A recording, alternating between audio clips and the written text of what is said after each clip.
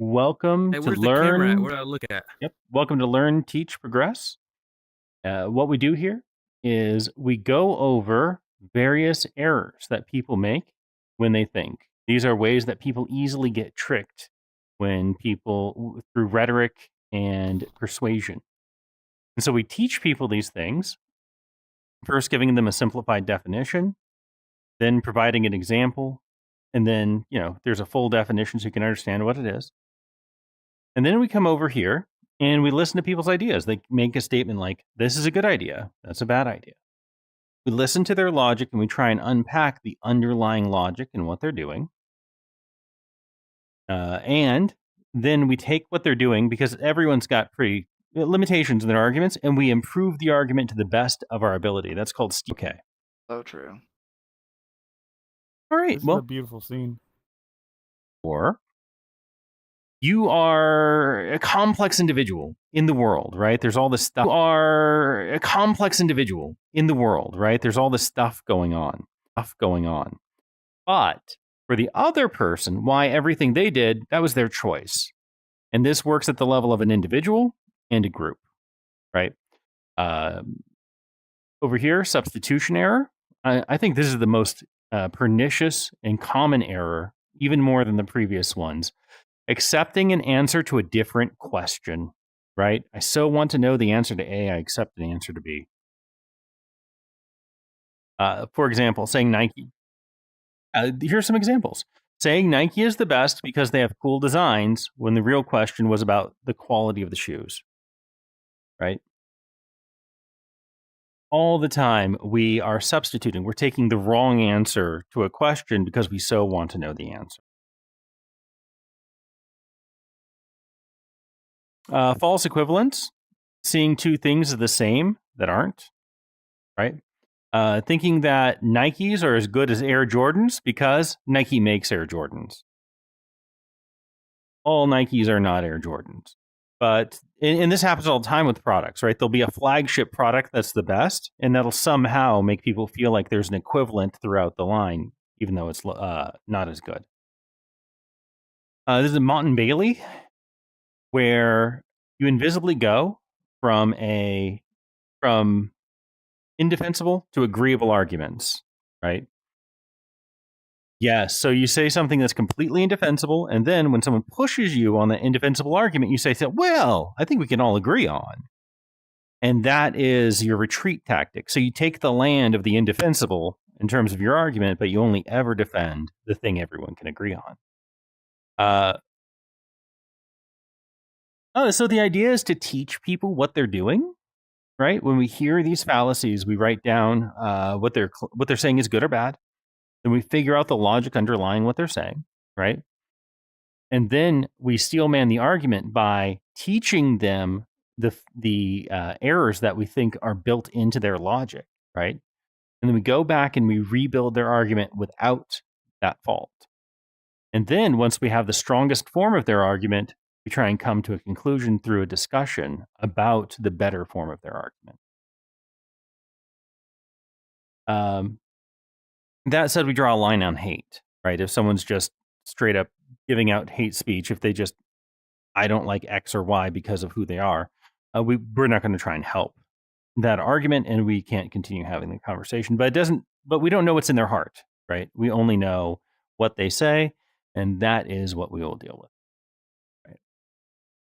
Yeah. So Mountain Bailey saying Nike makes the best shoes, then switching to say they are popular when you're challenged. Yeah. Zero-sum thinking. This is an underlying fallacy in a great deal of business ventures. Is simply false. The idea is if they win, I lose, right? Thinking if Nike gets better for running, then another brand must be worse at hiking. It's an unrelated thing.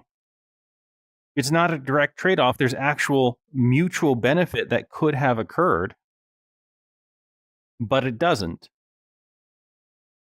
It doesn't occur to the person that there is a mutual benefit possible, so you harm yourself and the other person at the same time. Sorry for speaking. Yeah. going on listening, only listening.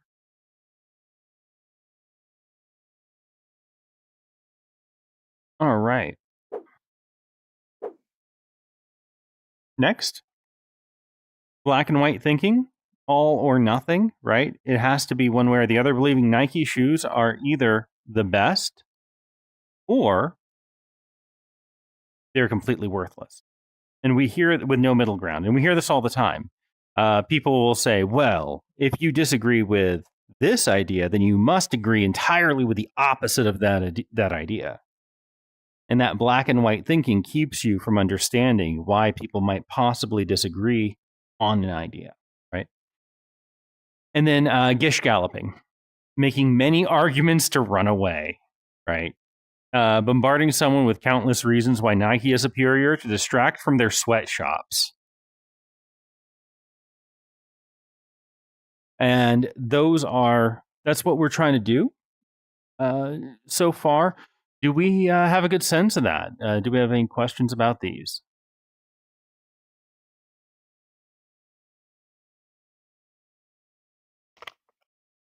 All right. Well, the goal is that we will talk about these, and then folks will come in, we'll write down their claims.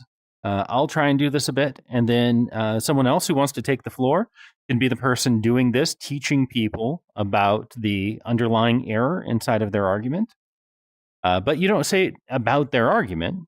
You just change the subject to something else, and you talk about it in a non-political, not their argument sort of way. Okay, I have a question. Whenever I'm talking with people having discussions or debating, I often find that people don't engage with hypotheticals, and it makes me extremely angry. And Yeah. the first thing my mind jumps is this person is unintelligent. But in speaking with one of my best friends, you know who that is, Hmm? he says that it's not that it's not that they are unintelligent. It's that engaging with hypotheticals is something you're taught or something that certain kinds of people, like debate bros, like I do, that normal people, I shouldn't expect them to do it. You think? So hypotheticals, the ability to empathize is core to the ability to empathize with someone that isn't you right now, Yeah. right? But it's also something we teach people not to do. And we do it Not because empathize. right, yeah, because then that person just goes along with whatever is beneficial for them at the time. And if you are part of the system that maintains and grows from people just doing what they're told, you would prefer if people don't have abstract thought, right? They should just continue on with what they've heard. Yeah. The problem is that this isn't working.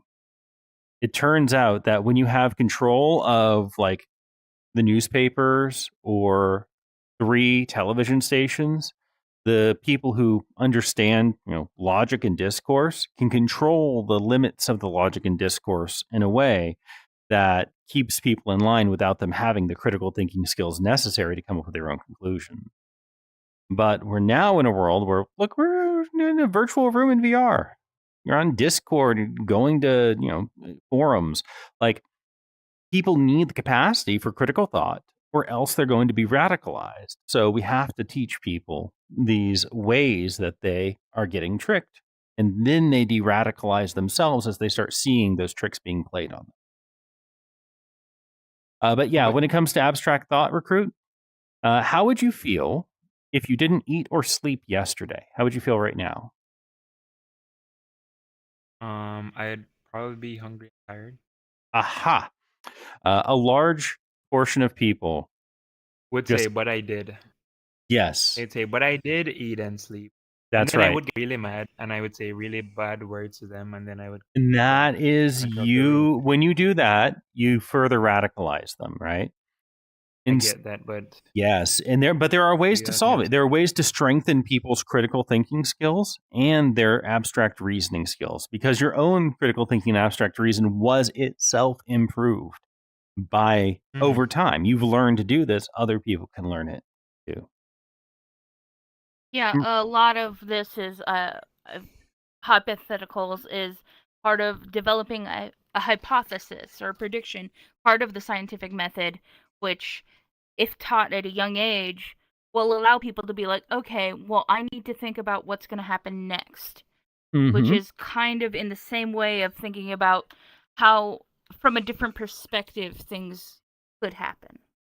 Right. So I think that taking it in a more scientific approach Mm-hmm. might make it a less emotional argument to be like, well, pretend you're this other person, but they like hypothesize. What would be the outcome if this were to happen? Right. What would happen to a human, right? What would happen to a human if they didn't eat or sleep? You just ask that instead. And if that's what you're doing, then you can get people to start wondering, okay, well, a human, and start building hypotheses and thinking more scientifically and abstractly. The thing is that abstract thinking is only useful for a very, very limited number of actual things you have to do in your life.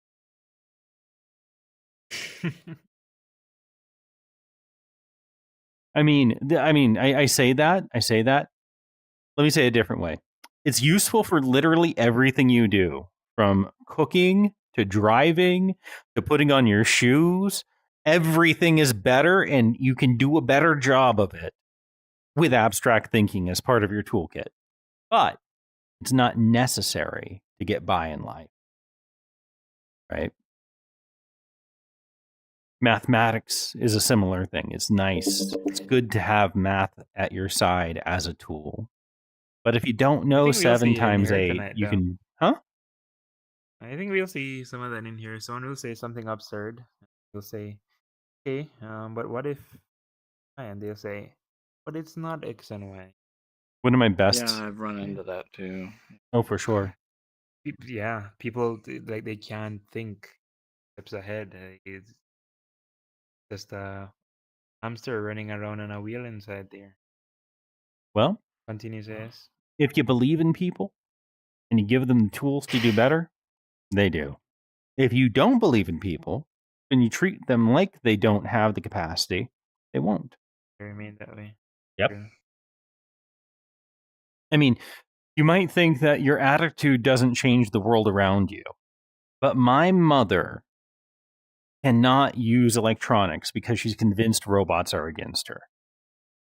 And she just tells me all the ways the robots and computers come after her and mess with her and keep her from doing what she wants, because she's coming at it with the attitude that this robot's against me.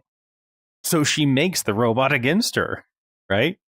Just an objective physical item that is acting differently towards her in her mind, and therefore acting differently when she interfaces with it. So much more so human beings that can react to it. And then she probably sees like her grandchildren and stuff in 2 seconds hit the correct buttons because they have been taught from a very young age how to use the devices correctly. What menus go and flow in an easier way. But for her, by the time those came into prominence, she was already grown. She wouldn't have known. Yeah. Hey, Mirko, remember to put yourself on camera or whoever's going to speak. And Hi. Ruben There's got his... a funny SNL skit. You know what? Mhm. I just am saying you should look it up. I don't know if you want to pull it up now, but just look up SNL robot insurance, and it's like a typical like Fox News thing where they scare old people, but they scare them into thinking that robots are going to eat them, and it would be good thing to do. Your That's a mom would like, great idea. robot Forget insurance. this de-radicalization thing. Let's start selling some robot insurance. Okay. And it's got Sam Waterston, so it looks really official. Oh, very nice. Oh, very cool. All right. Let's see. And so I've gone over the cognitive errors that we're going through right now. We've got 9 lines right now. Just to review one more time. And remember, what we're doing is we're trying to remember these and then use them for people when they come in with their argument. Okay. Confirmation bias is true because I believe it. Attribution error, if they did it, they caused it. Substitution error, accepting an answer to another question. False equivalence, seeing two things seem the same but aren't. Mott and Bailey, invisibly going from an indefensible argument to an agreeable one. Zero-sum thinking, If they win, I lose. Black and white thinking it's all or nothing, and Gish Gallop making many arguments to run away. Any questions, or would you like any further conversation on these? I mean, Well, just saying, just because we're waiting for more people to come in the room. I think the one I see the most is Gish Gallop in these rooms for sure. Yeah, just don't Of allow people to just- do that. Yeah, Yeah. Ruben's trying to. I was gonna say if I Oh, could yeah, add one to that's this fair. list, I think it would be causation versus correlation fallacy. Meaning, Biden was president and inflation went up, therefore Biden caused inflation, Right. which is not the case. COVID caused Well, no, inflation. it's a very simple thinking, right? And that's okay. Yeah. And so, Also, argument from incredulity. Or yeah, is that covered by something up there already? I guess. No, yeah. yeah. I mean, you can be infinitely Yeah. I can't imagine that being. Yep. And then there's also. we- Go ahead. I was gonna say, sunk cost fallacy. Mhm. Also another one that's commonly brought up. And then, so let's go ahead and put those three up as what we'll go over next time. Yep. And right now, let's get a handle on these and see if we can't bring them up as we're having conversations with folks today. And Hey, Matthew. Hello. that, if we feel comfortable with the various errors that we've gone over so far, then we can go ahead and change the name of the room. Change it to something that you think will get people in here. Don't tell me. Yep. And then we'll get some folks in here, and hopefully I'll be able to talk to someone, and then any of you who feel confident in trying to talk to them about these errors, if you want to jump in, you can have that conversation, and you can practice these de-radicalization efforts in teaching people about these errors.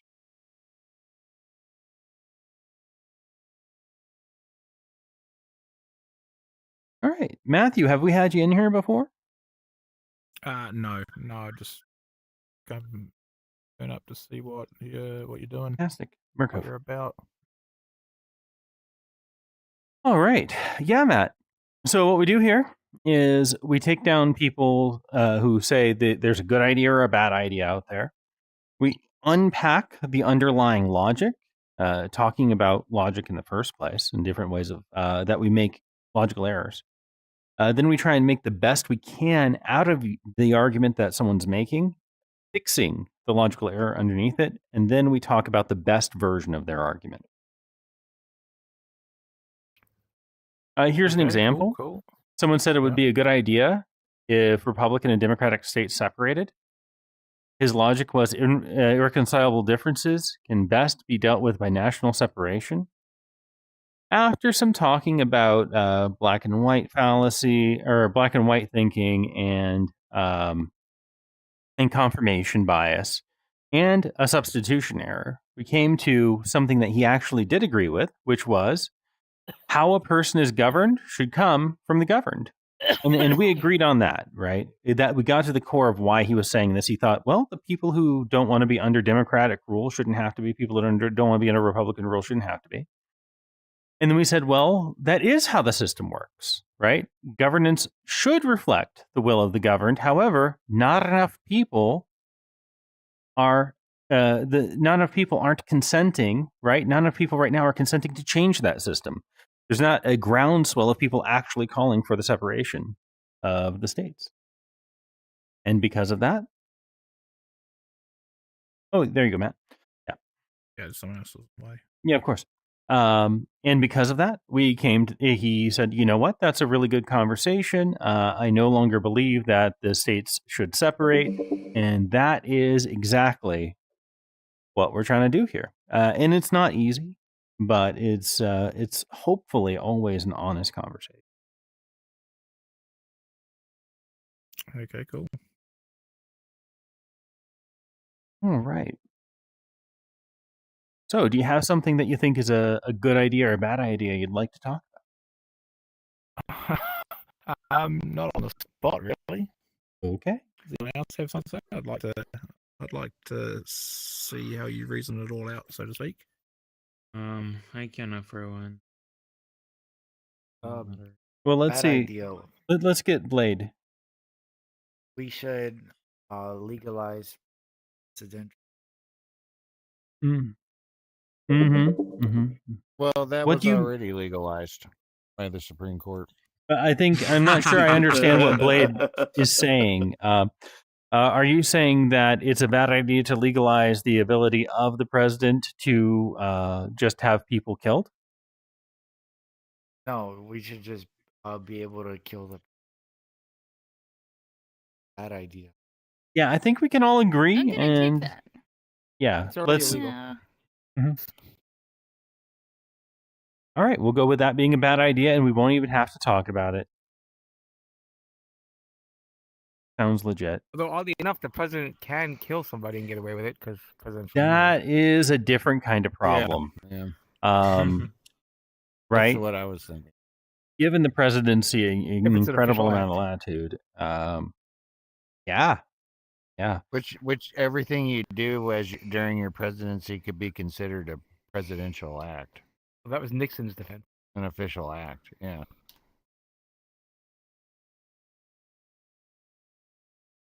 So Right. yeah, it's a big problem. It needs to be solved somehow. It would be really good to have limits on executives when they interfere with the democratic process, right? And how they can. I read a New York Times article on how there was a strengthening of the voting systems. And they said, okay, this is how they've strengthened the voting process and why we won't have a problem this time. And it was a really unsatisfactory article. Like, there were a few things that had been done, but nothing in comparison to the plans to disrupt the election that are ongoing. So that was not okay. All right.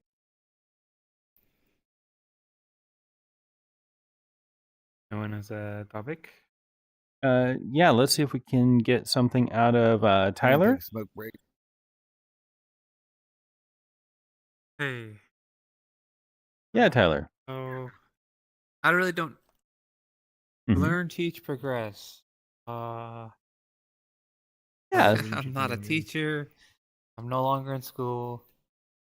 Yep. And I think I'm kind of teetering in neutral. That's understandable.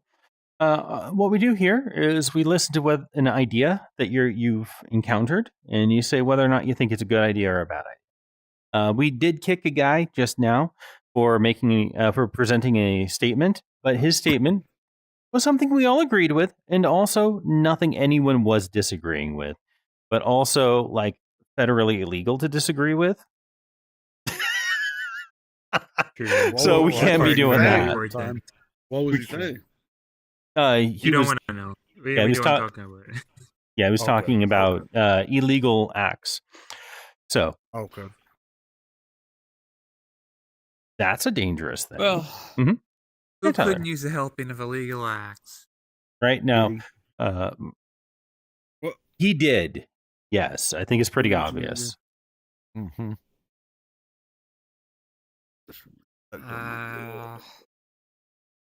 People.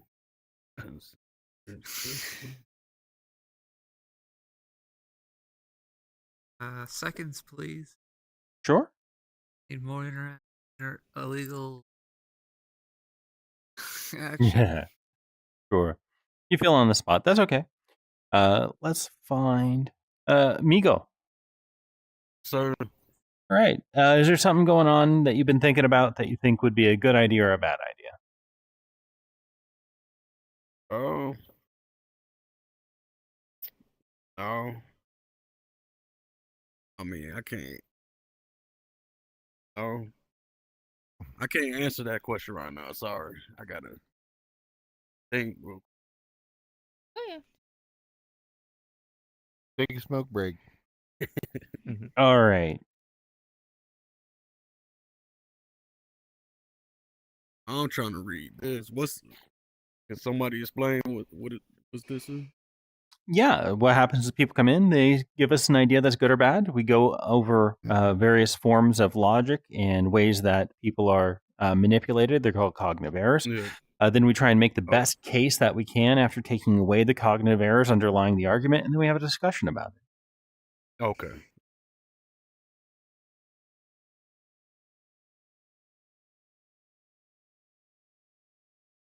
All right, Too Deep 5 Me. Hey, What are you thinking? it'd be cool if the U.S. could reduce the number of H-1B visas that Mm-hmm. they allow in.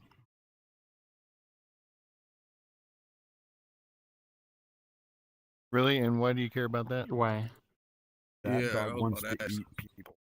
Because I see, especially with the FANG companies or FANG companies, they just choosing cheaper H-1Bs over, American-born, citizens.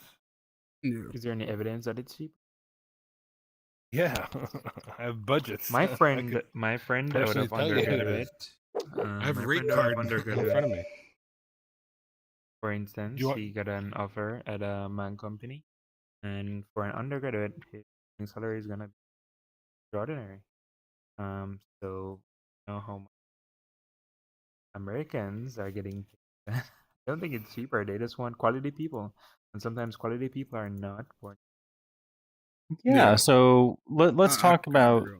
this. Is it necessary that because someone who's not an American citizen is getting a good job, an American citizen isn't? Say that again? Is it necessarily true that because a non-American citizen is getting a good job, an American citizen isn't? Right? Do Americans lose out when immigrants take those jobs? I mean, there's other people from other countries that Yeah. are more qualified. No, Right. but Now, I'm not talking about direct hires. I'm talking about the which companies. I mean, The if you Wipro, the remove, Infosys, the Tata, the Cognizant, um, that will take a team of H-1Bs, ship them over here, and the rate card is like a third of what an FTE or even a local contractor would be. So we have to lay off our own people, and now we bus in people. I mean, we get actually more people, but we just laid off, a whole team. so Deep, Can I Sorry, say I was something? gonna say. Oh, that's you. You can go. After maybe. you, Sorry. after you first. Oh, I was gonna say that I think a strong union would, or state laws individually could resolve that issue without actually impacting people that actually want to get nice jobs in America and be productive. I actually heard that argument, and I don't know enough about it, but I did hear like that ship had sailed already in like the tech sector. But I mean, I'm not speaking like with authority on that. I'm just so from what I had heard on that, but I don't know enough about it. let's give it to Zach. I should say, if you removed all the immigrant jobs from America, yes, it is true Americans would fill those jobs, but those jobs would not be completed as well if it were just Americans. Well, let's think about this, you know. Deep. Imagine that you have 1 million programmer jobs that are H-1B. Yeah? Hmm. And then you took away those 1 million H-1Bs. Are there 1 million unemployed programmers? No, I said not remove. I said reduce. Well, I That's all. understand. I'm just asking if you took away just a hypothetical, right? So, hypothesize with me. If we were to remove 1 million H-1Bs, are there 1 million unemployed programmers to fill that gap? But you're giving a hypothetical, like an extreme hypothetical at that, because all I said was reduction, and in order to make an educated guess of how much to reduce, you'd want to have quantitative data to Mhm. to base it against. Well, I'm not just saying actually, saying what I'm getting 90%, at, get rid of it. what I'm Maybe getting at is 10%, maybe it's yeah, 2%. yeah, Go ahead, I'm sorry. or maybe it's increase, because I'm trying to get you to think of it the other way around too, right? If that, let's say one person, let's say there are no unemployed programmers, and we reduce the H-1B visa program by one person. Does that mean that we have an extra job for someone to take? Or does that mean that there's still going to be a gap in the market? It's just that one Like person is going to move from one job to another. Like there's been layoffs like every 3 weeks, like everywhere except like Nvidia Intel has had layoffs, Yes. Amazon has had layoffs, Yes. Meta has, I mean, like literally everyone, Lately? Google has had layoffs, And all Like these companies, lately? yeah. yeah, and I mean, I heard And- about it a while ago. they've had mass hiring as well. And those people being laid off are getting hired as well. No, not a lot of them. No, they're bringing So- in which companies to Okay. bust in the H-1Bs. What do you think the unemployment rate would be amongst computer engineers, computer programmers? I don't know. Okay. So if there is a trade-off, I'm trying to get you to see that it's not a one-for-one trade-off here, right? You can have Uh-huh. people take up, let's say, a job at Amazon or Intel. And just because they're taking that job at Amazon or Intel, Amazon and Intel have more stuff that they can do, and there's more productivity in the economy, and therefore more demand for more programmers elsewhere. So that person who wanted to have a startup would be able to go hire somebody who used to work at Amazon or Intel. And that's what happens when we get more tech workers. The tech workers are almost always employed. It's not a zero sum, it's always positive, because even though it is a problem that people are losing their jobs without proper compensation, obviously, that should be fixed. But if someone loses their job over at Facebook, they don't go homeless. They go find another job, sometimes at a startup, so that better businesses can be built. So it's not zero, even though No, there I is agree. structural I agree. cost. I mean, but that's such the exception. And right now, I have a couple friends that came from Meta that are still looking 3 months and they still don't have a job. Yeah. It's nuts. It definitely According to- depends on where you're located, right? If you're an Yeah, IT or Or they you're a probably computer being too programmer picky. and you're let go, depending on where you are, Oh, yeah, you could get a 100%. job the next week, or you Mhm. could wait for 12 months. Yeah, and usually those Yeah. kind of design jobs are really like 6 month. Like they do long interview processes, even if they think I you're know. qualified. Me- So Been there. 3 According months to isn't that much. According to some reports, the tech industry has has seen over 191,000 layoffs since the beginning of 2023, with the trend continuing in 2024. Yep. IT is the redheaded Why is stepchild that? of It's companies. been rough. Why is that? Yeah. The liability. Well, one factor driving these layoffs is the shift toward AI and cybersecurity, as companies seek to invest more heavily in the areas in order to stay competitive. Yeah. I think would it's more of disagree what with you that. said. It's more of what he I'm not said even about the surprised. overhiring during COVID. I know that because interest rates were like awesome, right? There was a big surge in overhiring when a lot of work from home. So now companies could hire from anywhere in the country, and Yeah. they did. And now interest rates are so high, hiring money is expensive. So let's talk about it logically really quickly, and then we'll talk about the actual numbers. Logically speaking, if there were 200,000 people unemployed that could be computer programmers, then that would be 200,000 people that would do the job at a cheaper rate than the next guy. And the pay wouldn't be astronomical like it is right now. in the low six figures to start in the Bay Area, right? Like that couldn't be the case if they were as prolific and common as an Uber driver, right? So we know just from the fact of supply and demand that there must be the ability of the people who are programmers to command a better wage, and therefore not enough programmers present to make a substantial number of them unemployed, right? Just logically speaking, per the market, right? Furthermore, looking up the Bureau of Labor Statistics, the mean annual wage for a computer programmer was just shy of $100,000, right? That's across all places where they do their programming. Let's see, Job Outlook.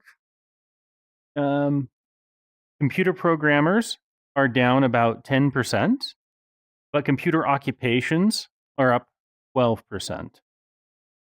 And that may mean, and it's right here, to save time, many companies are leveraging technologies, including artificial intelligence, to automate repetitive programming tasks.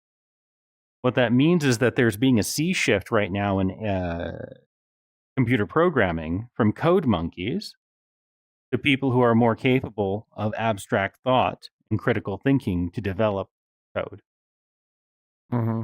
So we can see the 10% reduction in computer programming is connected to a 12% increase in jobs overall, right? So, and this is exactly what you would expect. Stop growing; it'll stay like that. I Yeah, think. and so it'll keep shifting as long as it's not a zero-sum game, and it's not a zero-sum game as long as more creativity can be had if more people are free to be creative. Okay. So that said, I think we can agree that there are structural costs, right? There's structural embodied costs to the individual being laid off, even as the economy itself moves around. Luckily, people with computer science degrees are educated enough to go teach themselves what they need to become AI engineers, right? To some extent, yeah. Yeah. I get it. Yeah. It's not like when we're pretending like we're going to take a bunch of coal miners and turn them into, I don't know, windmill builders. This isn't happening, right? No, But that's what happened. I mean, me and my peers have done just that. You know, we are in one framework, and now we do AI with our framework. There you go. That's what everyone did. Yeah. But it's just a tool. I mean, it's not. I don't see it replacing anything. It's just right now a tool. And most of it is because of privacy. Companies don't want to let that AI data out. But yes. that's Also, keep in mind, AI is very trendy right now. So there's a lot of executives going like, "Oh, we can just replace it with AI," without even thinking about how it affects the lower down businesses. Eventually, those companies will either falter and fail completely, or they will realize what they've done and rehire people. So, yeah, but and I do think the people that yeah. the people that do get rehired, even if they are the H-1B visas, I think that programmers and things like that, they don't necessarily want lower income when they get over here to work.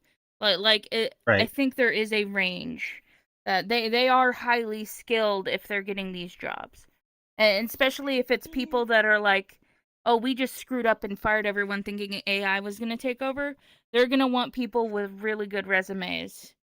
So yeah, I mean, to a certain extent, it's just they hold the H-1Bs like as hostage because they know that that's right because they're being sponsored. They, you know. However, and you're entirely right. When Musk took over X, Twitter, nearly everyone quit except the H-1Bs because they couldn't quit, or else they'd have to go back to their home country where they definitely aren't making, $75,000 a year, right? Yeah. Where the people were making $100,000 if they're American and $75,000 if they're H-1B.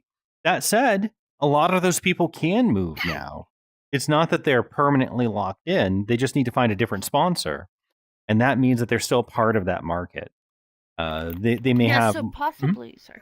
But I was gonna say, then I definitely do think the laws around H-1Bs should be changed to make it to where people can't be held hostage like that if they're in a, damaging company. That it allows for, hey, if somebody wants to work for 6 months at a company and then takes 6 months off to look for a different job and then get that different job, they're allowed to do that without immediately getting kicked from the country. And then also make sure that that there probably could be a government agency that makes sure that the price range is within other peers in America, so they're not undercutting. I can't But make a this is all video stuff if you're that's not on the policy. video. Sorry. Also keep in mind that dumb camera won't let me there. Oh, That's the maybe main set the problem. camera on him and then jump out in front of the camera Oh, when and you're then ready to jump. talk. That is smarter. Okay. Anyway, Okay. Yes, that didn't work. That's fine. Yeah. But yes, changing policy is the correct way to do that, I believe, because unless policy and structure is enforced regulations, that can only be external. The internal industry is not going to do anything that'll damage their bottom line.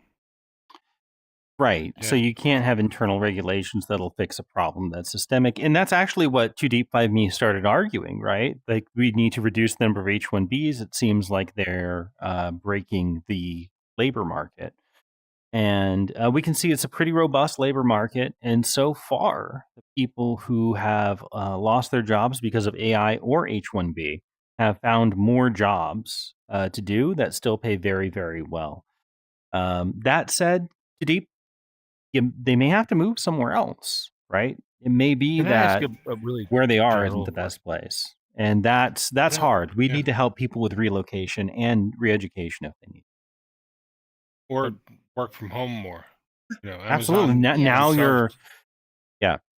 I think the big reason that people didn't want work from home as company owners, it's less, do people do a better job at home? We know that they do when they don't have to fight commute and they can go play with the dog when they need to relax. It's more, if I only have this labor market here, I don't have to compete with the whole nation worth of labor market. If I have to compete with people that are online, I can lose them anytime to any company. So I don't have them locked in like it did geographically. And so, Not if you treat them well. ha, ha. I thought it was more of because of the real estate market. That's why a lot of CEOs try to cut I would that. agree with that. And the banks. So, John. Yeah, I think you're right, Deep. Let's move on to John, because I thought that was a great conversation, Too Deep. Thank you. I appreciate it. Yeah, I forgot what I was going to ask. That's okay. Oh no. Do we think that there are not enough people in the United States to fill the jobs that a lot of H-1B folks and or other immigrants take? Is that potentially a problem? Because I've worked at big high-tech companies where you cannot find the kinds of people to fill some of these roles because they just don't exist in this country as much as they should, right? We've got a lot of great people in the U.S., but they exist. We also have they're just working at where- a different company. So you got to cannibalize some other company's productivity to get your company to have better productivity, which means you have to pay them more. That's the nature of a market. But I even find that most of the immigrants are smarter too. So I think that's not a good statement even, at all. Even let's talk about labor for a second. There you go. In the state of Washington, people need to pick apples, right? And do lots of other farming in the state of Washington. There aren't enough white People to do local people to do it. So they legally we have people come in and work in the United States. So John, Maybe it's what I'm not getting at that is that maybe there's a shortage of these jobs that we can't fill internally, so we have to go externally. That was my question.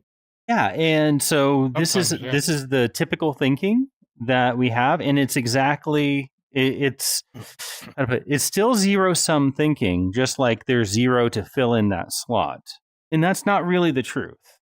The truth is that when people come to pick apples, then that's one person who would have had to be paid enough to pick apples that can go do something else, like cut down a tree or become a computer programmer, right?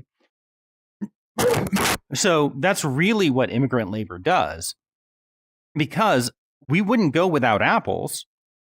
There may be less demand for apples as the price of apples goes from $6 for a bag to $60 for a bag, to make sure that apple pickers get paid instead of $20 an hour, $200,000 a year. A different topic. Yeah, So that's the problem with farming in general. Yeah. We're subsidizing farming and other categories within farming that you have to have cheap labor, otherwise you're not going to make a profit. And the price goes up, so then right, and that leads to inflation for the cost of food, and that's something I didn't mean people for don't this like.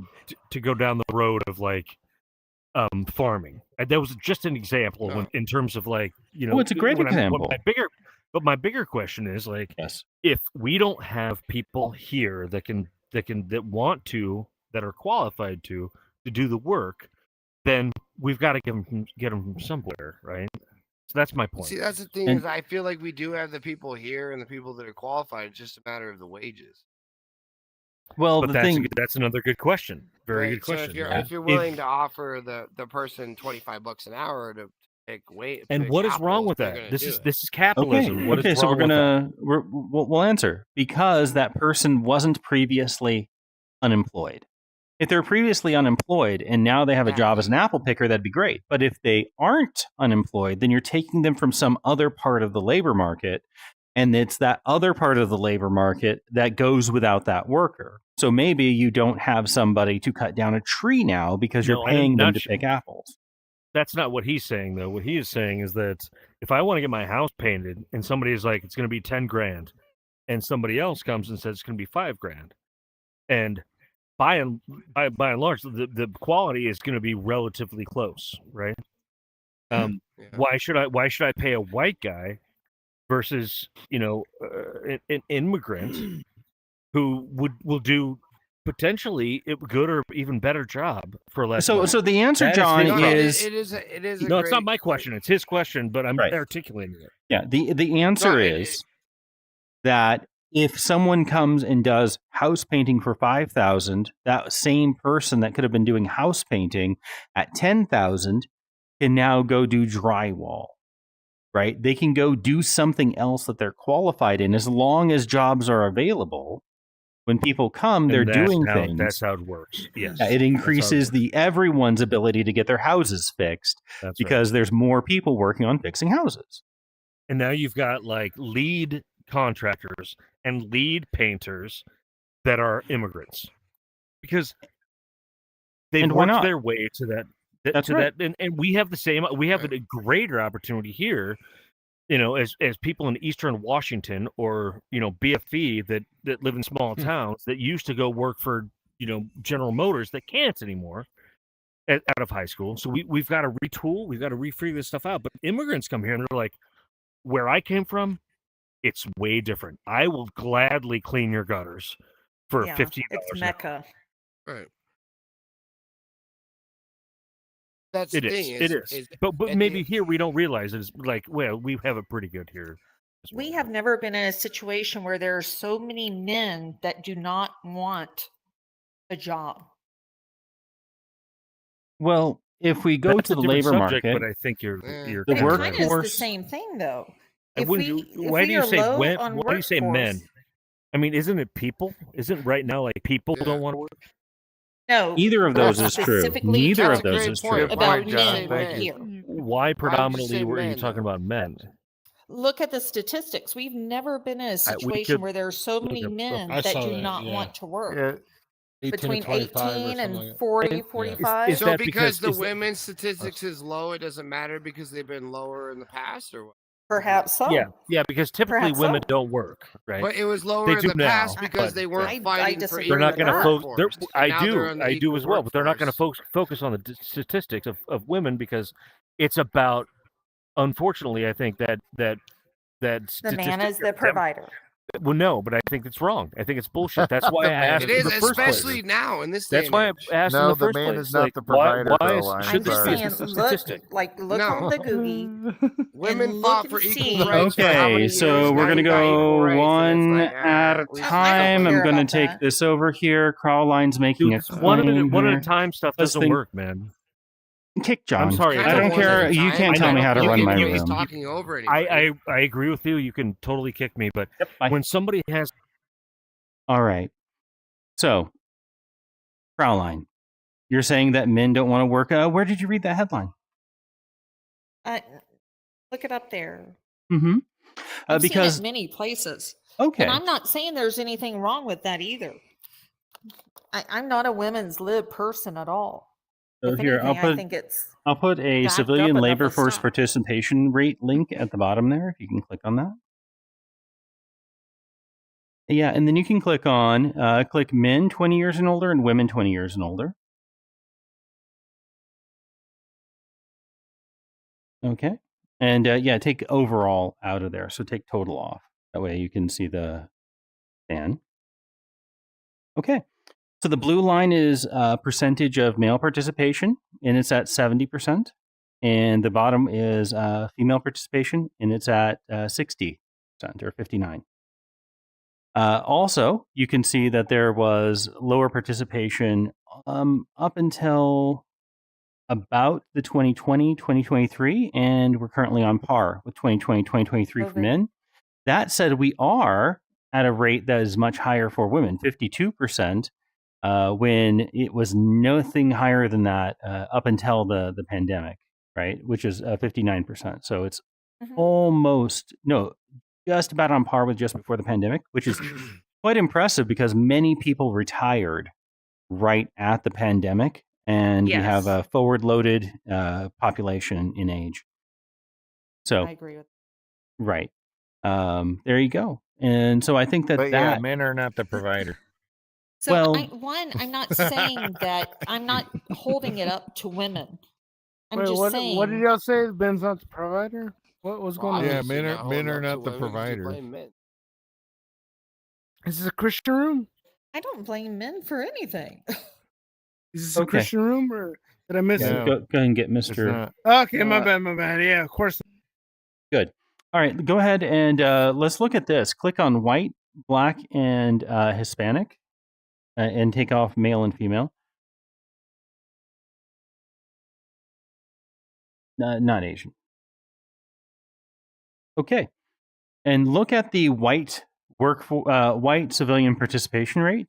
It goes from 63% down to 62%, right? However, black rates are up to where they were just before the pandemic, and Hispanic rates are up to right where they were just before the pandemic. It's the white rates that have not gone up, and it's about 1% difference. And that's where we see a reduction in people working. It would seem that there are people who can get by without working, more people who can get by without working post-pandemic, but amongst the white folks. And if you see lower overall participation, that seems to be where it's coming from. White people who just, have enough money to kind of not work. Retire. They're not exactly retired because they're not calling themselves retired. They're saying they're out there looking for work. Yeah. But are they retiring really? More or less. Yeah. So it's like early retirement, but not calling it retirement. Like, I guess I could work if, but really I don't need to.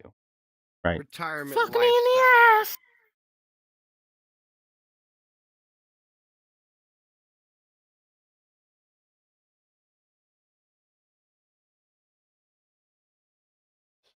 So that's what you get when you come into a virtual reality room and people can talk, right? So, but let's think about this. Why are we thinking about these trade-offs? White, black, Hispanic, male, female. What is it that we're really trying to get at culturally? And I would think that, it's pretty easy to answer the question, is there something wrong going on in masculinity, right? By looking at whether or not men are willing to work. And I think that's a valuable thing to ask, but I'm not sure that really gets at it. We may be substituting one question for another, one that we really want an answer to, like, are the guys all right? And that is, at the end of the day, that is the question that I'm asking. yeah, that makes sense. That makes sense. I'm a guy and I like money, and so I'm not opposed to work and making money and stuff like that. That's kind of, I think that's a way to kind of get you to a place where you do have more freedom in your life.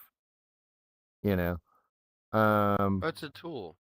Yeah, it's a wonderful thing. It's one of the best. And if you don't have money, I recommend that you try to get as much as possible, because it will set you on the right path, So with that said, I would say that I'm high. I forgot what I was going to say now. Well, Sorry. Here's the problem with marijuana. It reduces our cognitive capacity. Right? But perhaps that was the point. Right. I took a smoke break just a while ago, and then I started yapping. But that's okay. Murkoview. Okay, I have a feeling this is just might be bullshit. This is oh crap. That it might be a lot of white supremacy coming through of right now we're so divided that people think that there is a huge welfare state, that people are, getting by in life by, just coasting. These numbers show that people that are African American and Latino are working at very high numbers, that they are getting the work done. Maybe the white supremacists, the white men, are seeing that they're, doing well and then getting upset and going like, well, they're doing well. I shouldn't need to work because, they're probably getting the same welfare benefits or whatever that I am. And then it's clear that they're not. But, well, let's think about that. That just might be, yeah.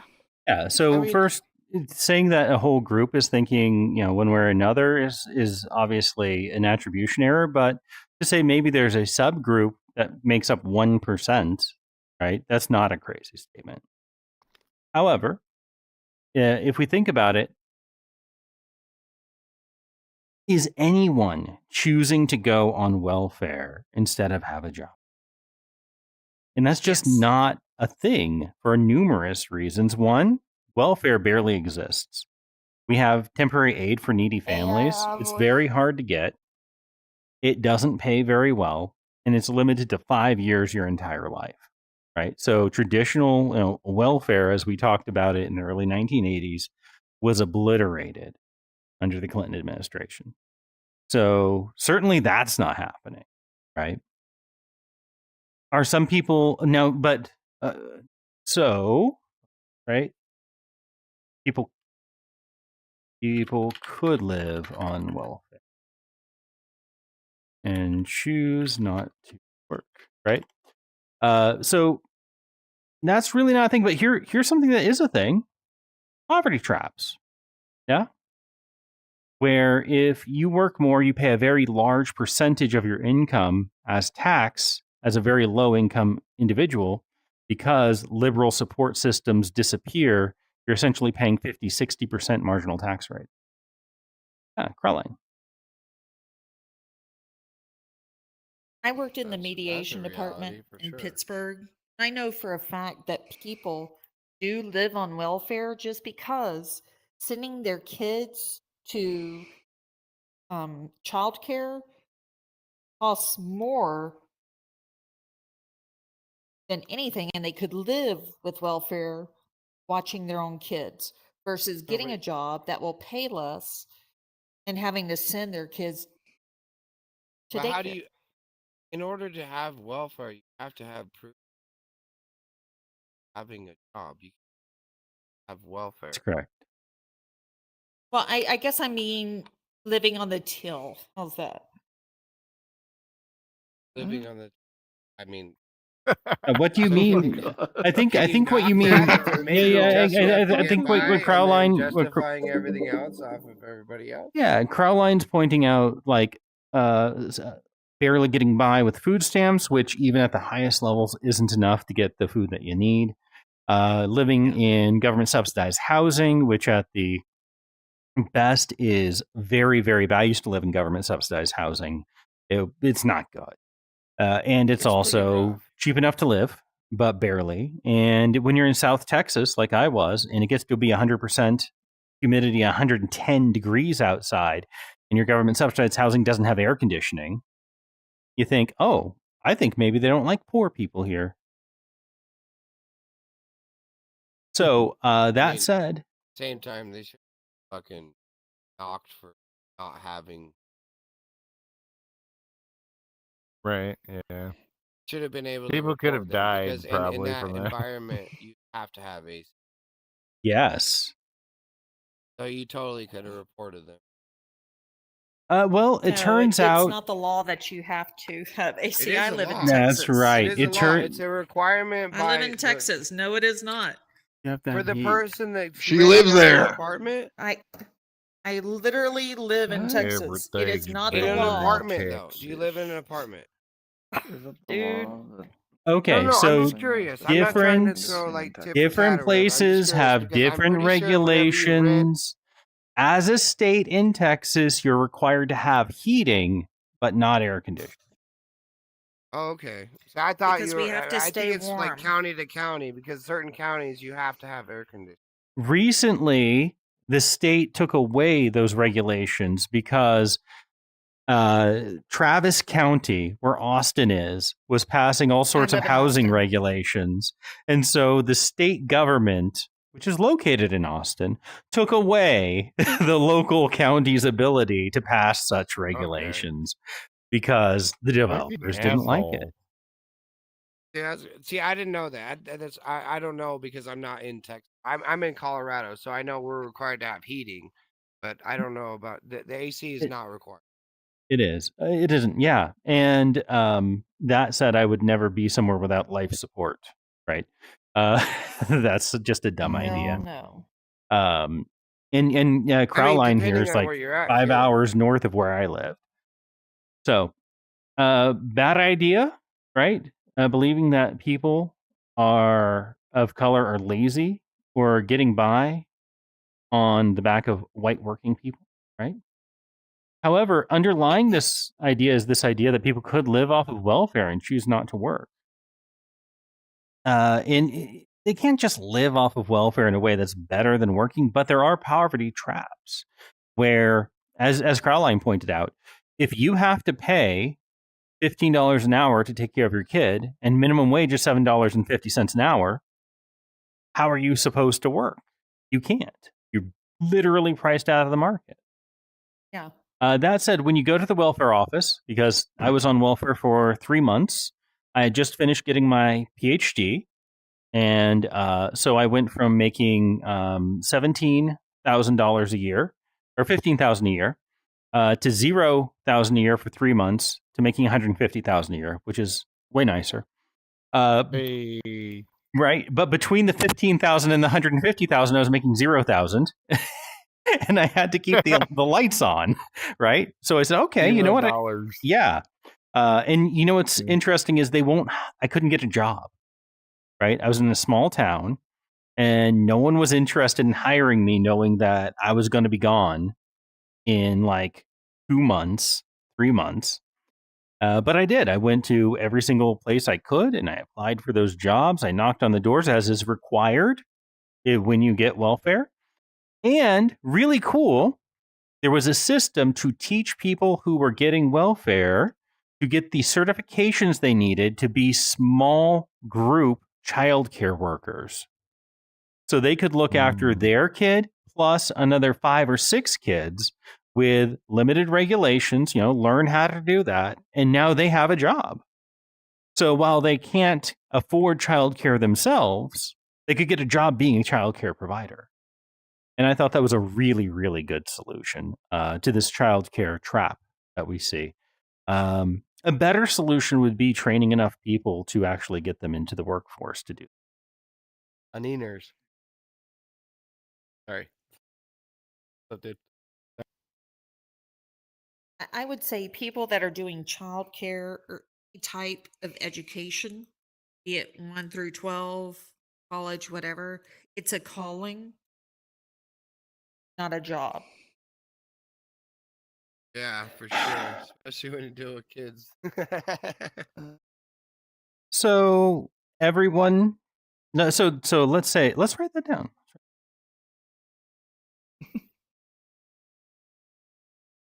Good idea. Treating working with children as a calling rather than a job, right? And I think your underlying logic, and this is a discussion, and I just talked too much, is that if you're working with children, it should be because you care about children, not because you care about money. Is that about right? That's a calling. That's correct. I mean, there's a reason why they. No, they Right. should get paid a lot. Don't get paid shit. Still, I totally agree. it's calling.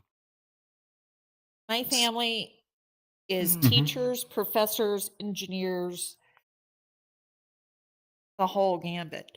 And I can tell you, just going through the educational system, you can definitely tell, regardless of the grade that they're teaching, if it is their calling, because it is not fun.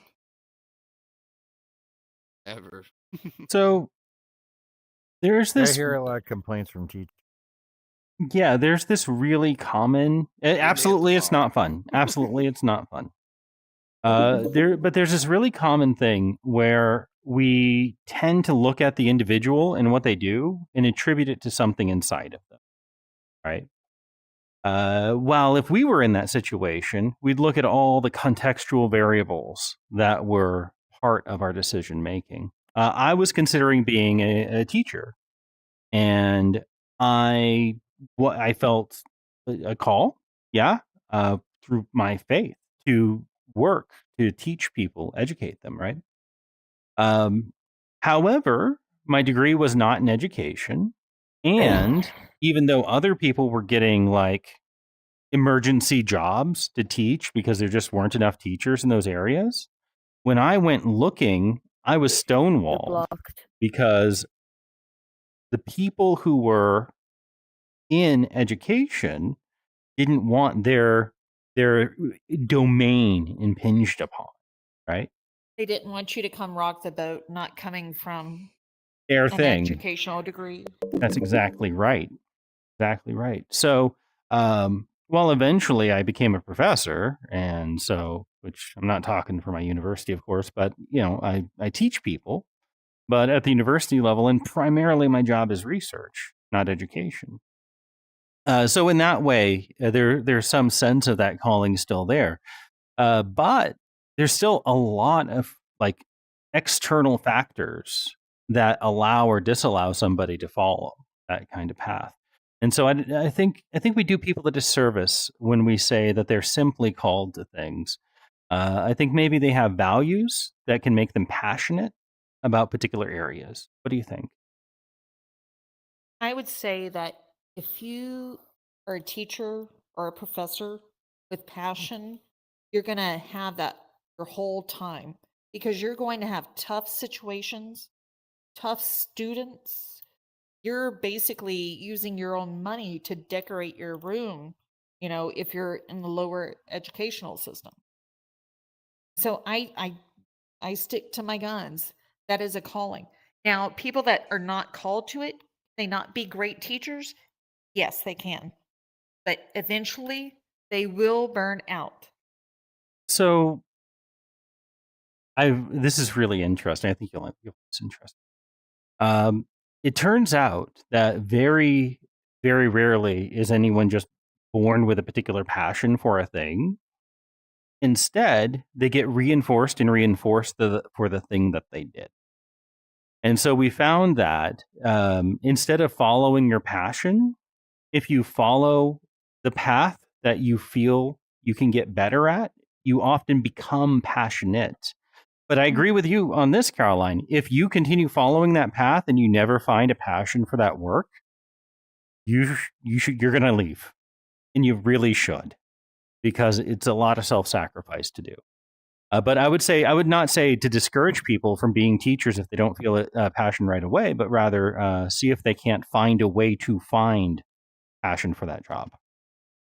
Right. So you may have an interest, right? You may go to college and get an MBA. And you never use it. Mm-hmm. You just I totally go a have a different route. solution. I have a solution for the teacher problem. So basically, what we do is we just introduce like an AI teacher to the student that would keep track of all of their questions, all of their everything that they've been proven to know. The AI would track all the way until they become an expert into some field, and then they're able to graduate once they become an expert at something. Yeah. So, Zaccio, you've expressed this idea in a couple of ways, actually. Earlier, you said immigrants are often smarter than Americans as well. And in both cases, this relies on this idea that, and a lot of people hold it. So let's think about it for a moment. Specialization is what makes you qualified for a particular field. Yeah? Would you Yeah, say you yeah. think that's true? I would say, yeah. Okay, I'm going to write that. Good idea. Helping people specialize in the field that they are Interested. interested in and can contribute to. And let's say a good idea.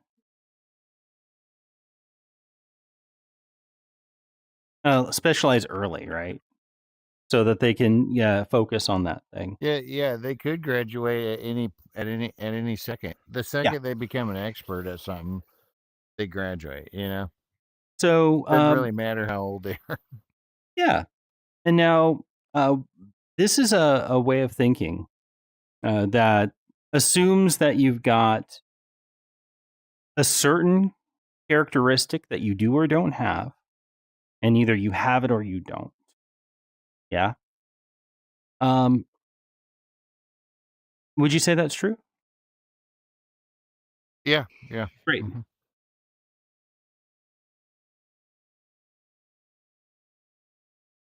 Right. So here's what we actually know about this. Nobody has it and no one doesn't. With the exception of people who are disabled, or perhaps some of the greatest in their field. Most people spend about half their time at work covering up that they don't know what they're doing. Okay? Like hundreds and hundreds of studies have consistently uncovered this pattern.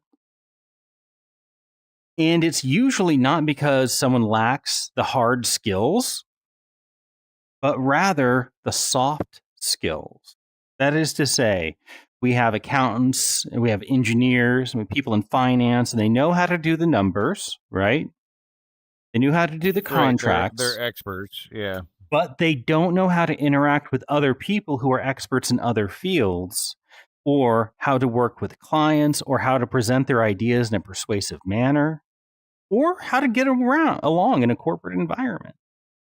So, as Boeing tells our graduates, we hire them for the hard skills that they have, and we fire them for the soft skills that they lack. Right? And while we can get people to technical expertise pretty rapidly, which is the Indian model, right? To have some of the best universities in the world for very technical areas and cut out all of that humanities side of things that we have in our broad-based liberal arts education. What they also have is substantially less entrepreneurship and less ability to work in more dynamic environment. So I found it where I could excel in like an area, right, and become an expert in an area. That was easy for me, but I'm not very good at doing the whole side that you talked about, the politics. Mm-hmm. Politics, I just trash at. Like Yep. I could do any the jobs that I was hired for, understood the insides and out and everything, but yeah, when it came to like office politics, I didn't really excel at that very well. And Zach, I think we and we can agree that the organization would have been better off if they were better able to utilize you despite that, right? And yeah. and you would have been better off if you could better highlight your capacity in that organization and make sure you were placed in places where you could do what good you're specialized, right? Mm-hmm. Great. So actually, I think let's see. People do have some needed abilities that are technical, but they also benefit, but everyone benefits from a rounded education. Would you agree with that? Yeah. Okay. Yeah, I think that's really an important thing that we often overlook when we talk about education. We just think, oh, do they have the pips? Do they have the check marks like it's a video game or something? And in fact, we don't ask, are they any good at playing that video game? Just do they have the stats? So you're saying there's general knowledge that just everyone should know and not be left out of the curriculum. Yeah, and Yes. yeah. I have an example. Like, I think what needs. Yeah, it's camera's on me. I think the skill that you're talking about, the soft skills of learning when to ask questions, being able to read documentations on what the certain criteria are, and being, being able to understand the way your job is worked at through, like, how it affects other people instead of focusing on the technical details. So, like, being able to look at it from a bigger picture is the kind of soft skills that you're talking about, right? Right. So, bigger picture thinking is necessary. Also, the ability to work in a group so that you are able to pass the ball on a particular project, know what you need to give someone else as information so they can work on it, and know what kind of questions you ought to ask so that you can take over working on something. Those are skills that simply don't come naturally, but rather require some learning to be part of a culture that can share information and work with them.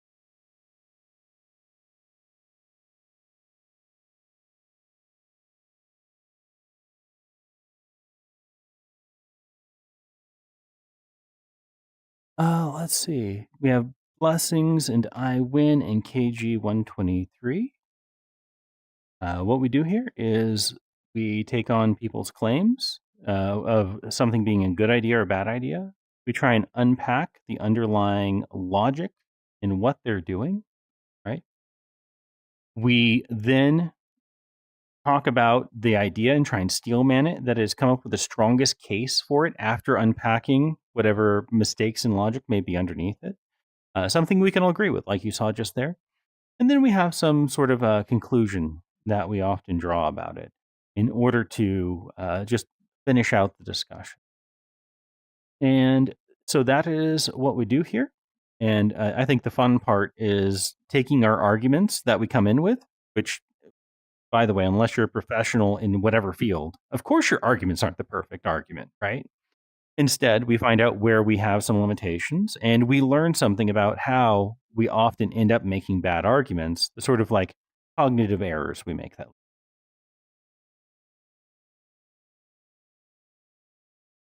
All right. So, as Blessings, I Win, KG, do any of you have something you think is a good idea or a bad idea?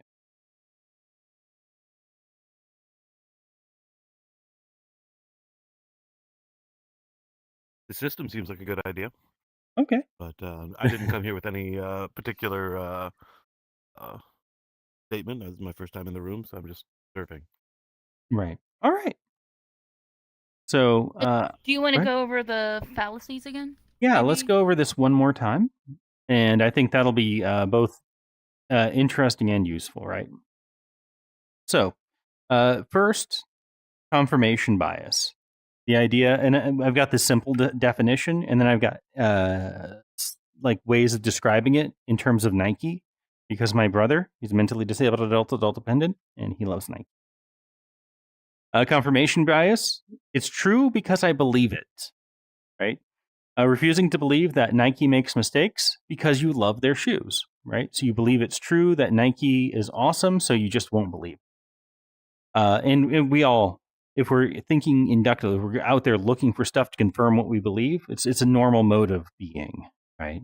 But if we think like scientists, we pose hypotheses, things that put our ideas in danger, and we look for things to counter our beliefs, we become much, much smarter. Attribution error, if they did it, they caused it, right? This idea that something is internal to an individual when they do something great, or when they do something bad, or something's internal to a group when they do something great or bad. For example, saying that someone's lazy because they lost a race, ignoring that their Nikes fell apart. Yeah. All right. Accepting an answer to another question. That is the substitution error, accepting an answer to another question. This one's not perfectly intuitive, but it's also, I think, the most common thing we do.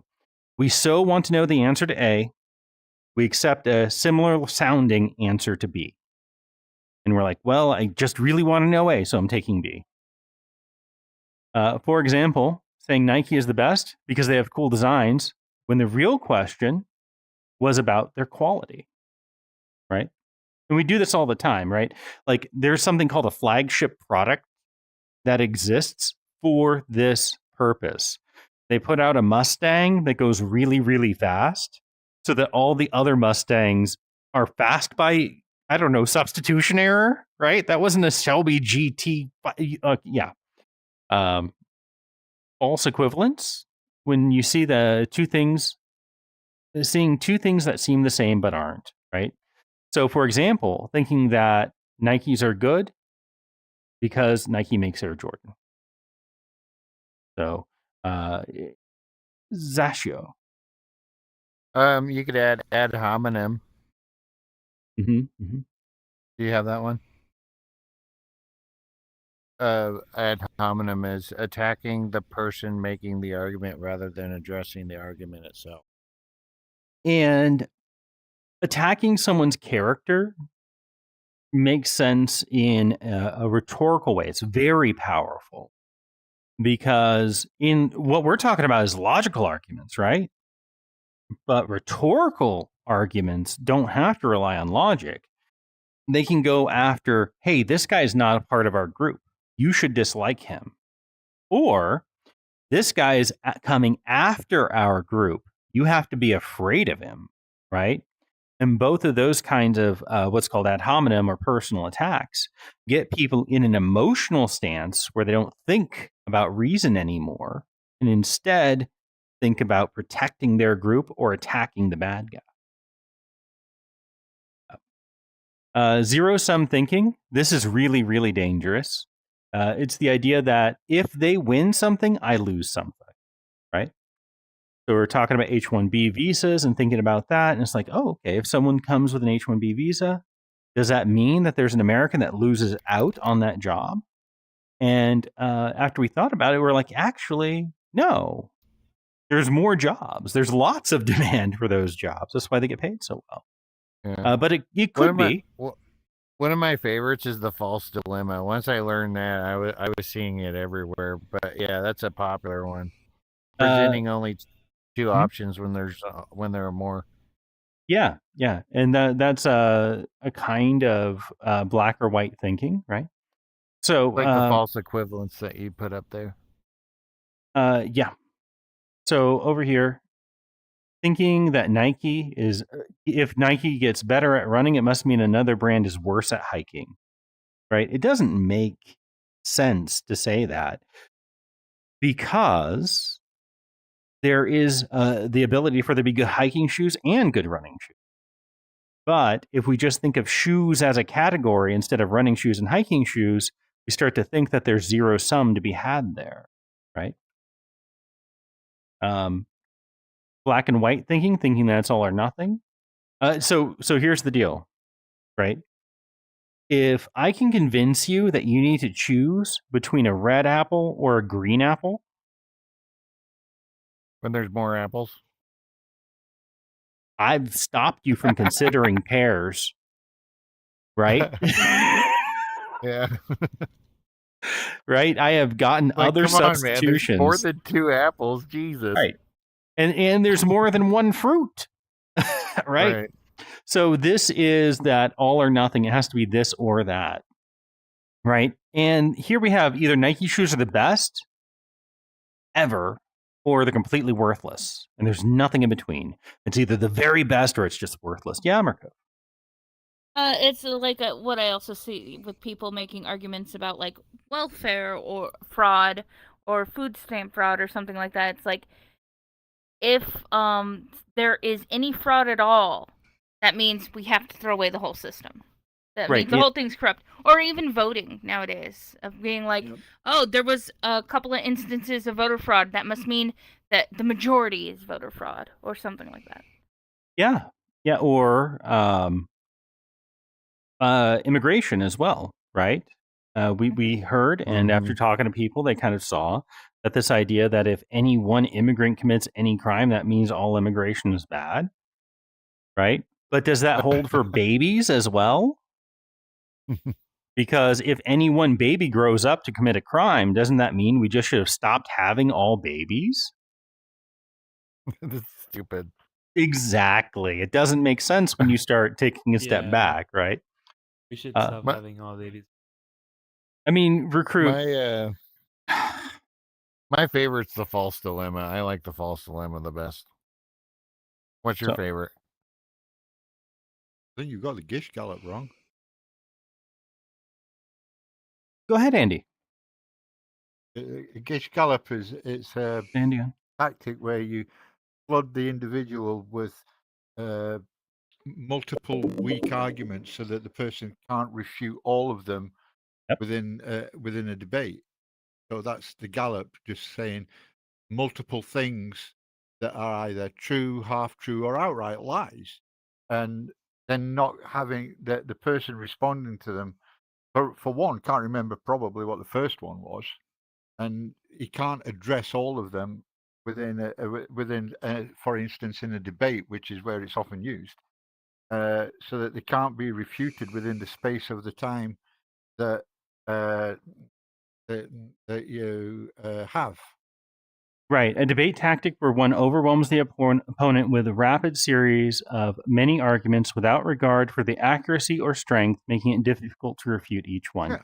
Yeah, I have a full proper definition for each one. I just have a really short definition here that's supposed to fit into It's not an argument to run away. It's more an argument to obfuscate.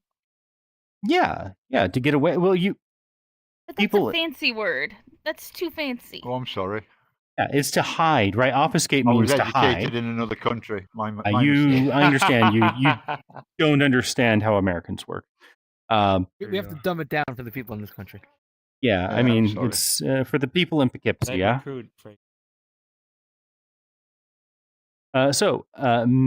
Making many arguments to run away is what I say. You could just make many arguments without the intent of running away, but you definitely make lots of arguments to hide the fact that one of your arguments is so weak, you don't want it addressed, right?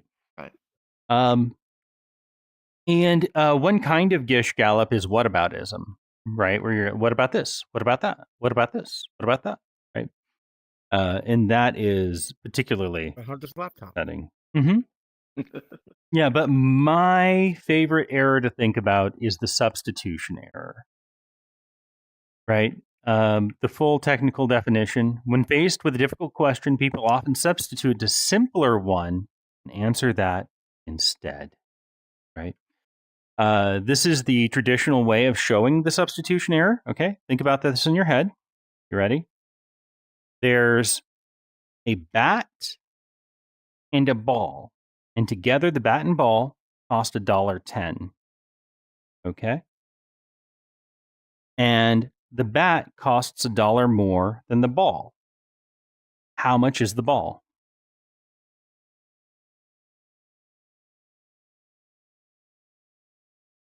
$10. 10 is the very common answer. Yeah. Other people? 10? Wait, Shreyas, No, can you 'cause repeat then it the would be question? $1.20. I wasn't listening. Aha!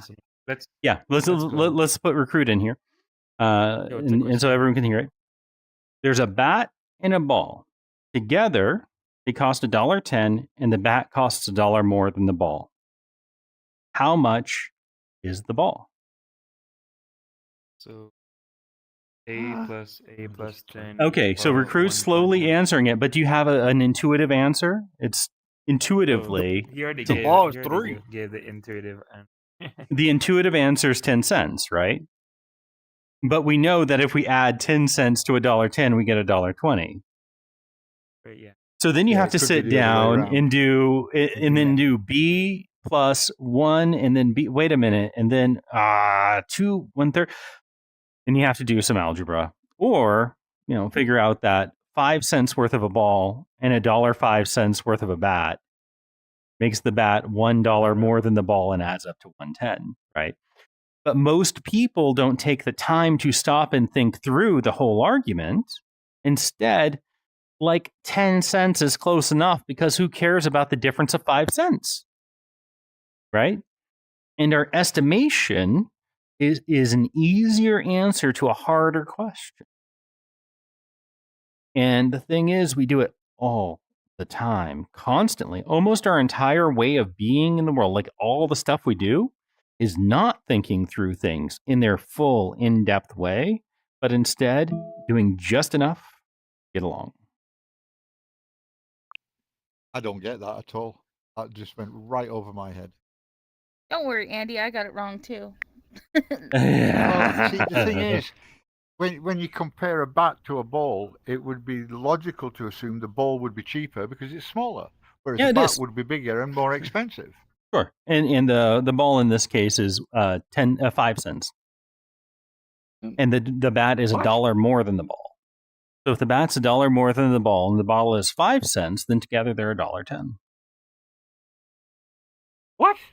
Yeah. Look, hey, look, I've got dyscalculus, me a but second to to get me, that too. right, I took $1.10 is $1.10. Yes. Yes, it is. Isn't it? Yeah. Yes, but So he's saying that, but Mhm. the $1 is not $1 more than 10 cents. $1 is 90 cents. The dollar is the bat is $1, and the ball is 10 cents. no, that's not what he said. Together. No. Oh, So together, Yeah. right? Together, they're it adds up $1.10. to $1.10. If you want to buy it in Shared package, value. it's $1.10. yeah, and But then they're the saying bat that is ball plus $1.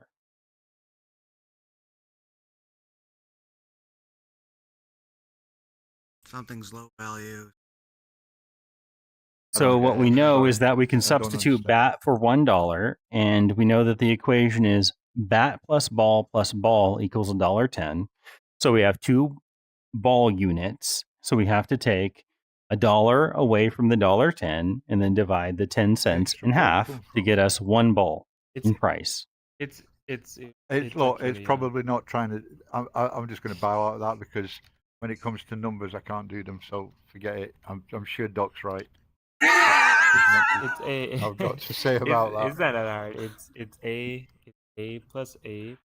Listen, I can't do numbers and I'm dyslexic. Don't put letters into math. I okay. mean, that's just silly.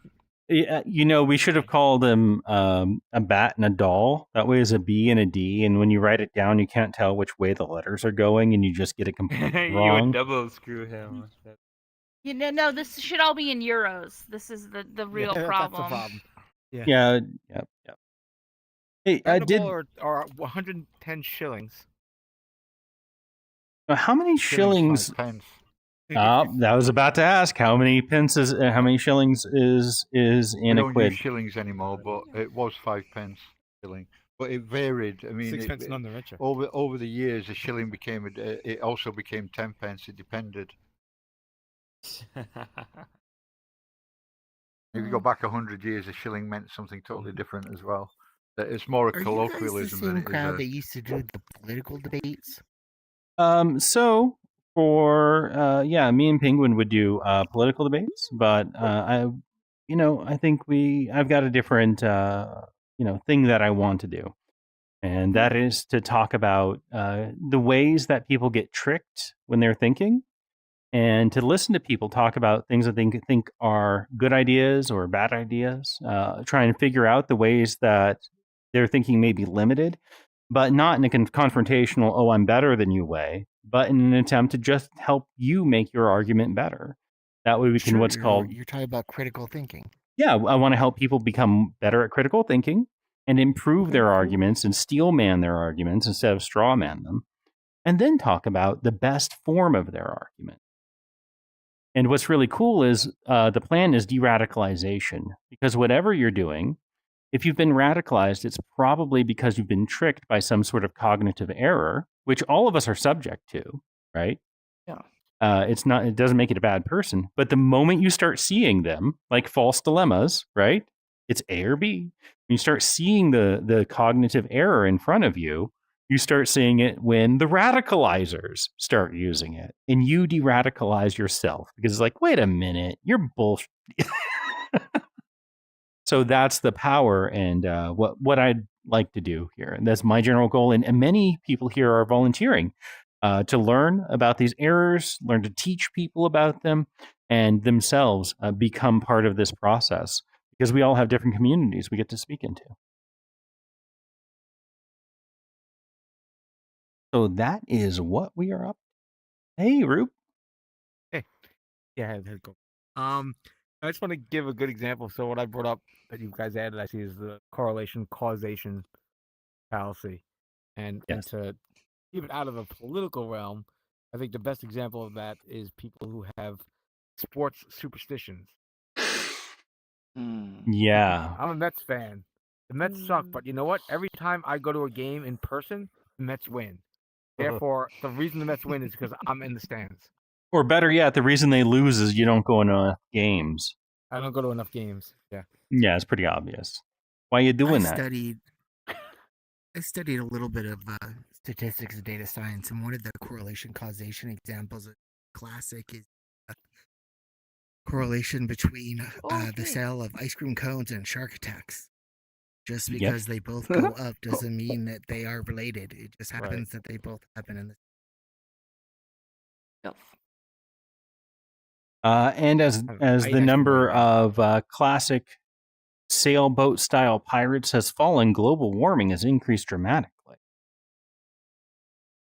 Right, exactly. And while there tends to be no correlation between shoe size and mathematical ability, if you go to an elementary school, there is.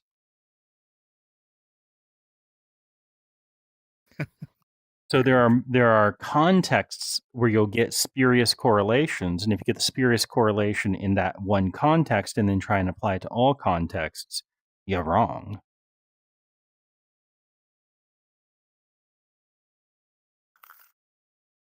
Is this an association example on the board? Yeah, so far we've talked about these errors: confirmation bias, attribution error, substitution error, false equivalency, Mott and Bailey, zero-sum thinking, black and white, and Gish-Gallop. And these are really simplified definitions that we've got for each of them. And then... heard of Gish-Gallop? Yeah, so you may not have heard of Gish-Gallop, but you've definitely, if you've been in these rooms, heard a Gish-Gallop. Yeah. Yeah, I guarantee Incredibly common. Incredibly common. Some people Usually call it with people with bad arguments. So some people call it setting dumpster fires, but essentially you make lots of arguments and run away from any one argument. For example, bombarding with someone for countless reasons why Nike is superior to distract from the fact that Nike has sweatshops, and you don't want to defend that. And then the technical definition is a debate tactic where one overwhelms an opponent with a rapid series of many arguments without regard for their accuracy or strength, making it difficult to refute each one.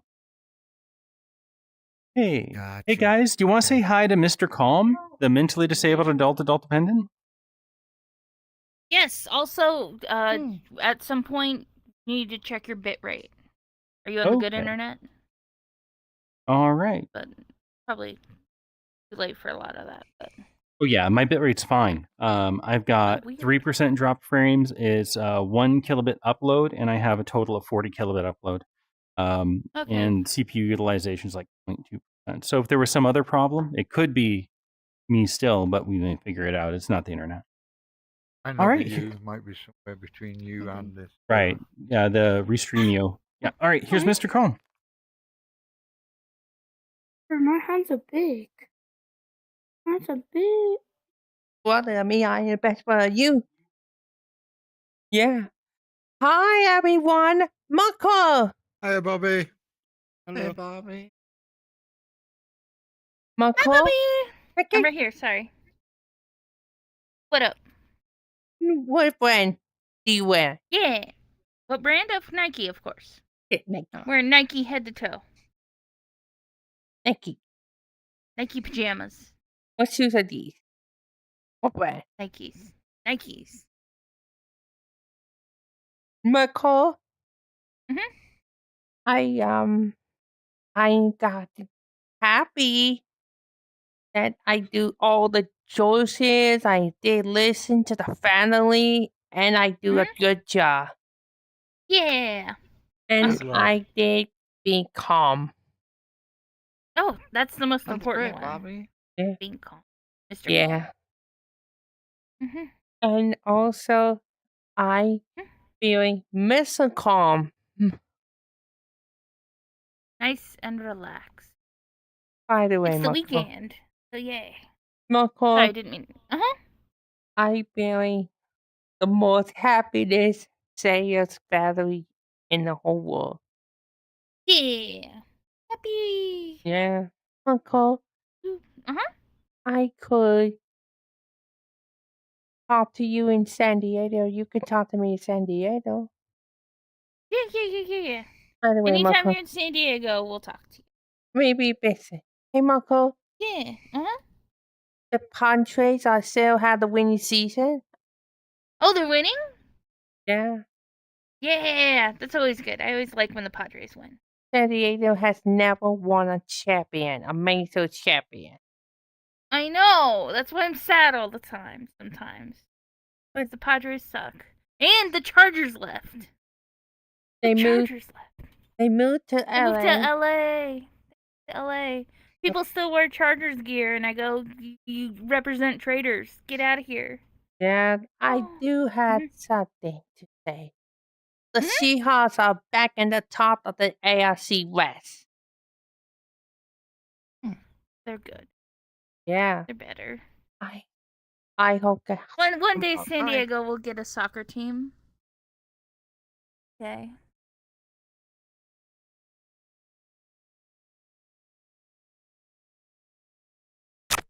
Welcome Of course, back. you can have a good night hug. Of course. All right. Thanks for saying hi. Mr. Calm does not get out the house much, and it means a lot to him to say hi to the VR friend. All right. All right. So I think that went well. I say next time someone comes in, or if we can spin someone up, someone else can take the floor with them. Yeah. Do you want me to put? I actually room title. Change the room title right now. Oh well, it's almost midnight. Oh, okay. Seems to have worked out. It looks like we got I many. think we've gotten more positive people because I left it. Right. Mhm. Yeah, I think we less did. screaming. Yeah, a lot less yelling the N-word randomly by children. It seems politics as a title attracts something quite different. Yeah, it definitely does seem like we got a new rotation of people, which is good. Yeah. Now I'm tempted to be like, let's put the name as like recipes for pie or something, and get even just more people who are interested in that, and be like, there we go. Yeah, we could come up with some what's it called? distinct titles that are still true to what we're doing. Maybe not recipes for pie, but recipes for arguments. Right? That'd be good. Yeah. Recipes for thinking. So, yeah. These are the sorts of things that I think we can riff on and get people in on. All right. Well, anyone here who is a volunteer will have a meeting on Sunday at 8 p.m. Pacific.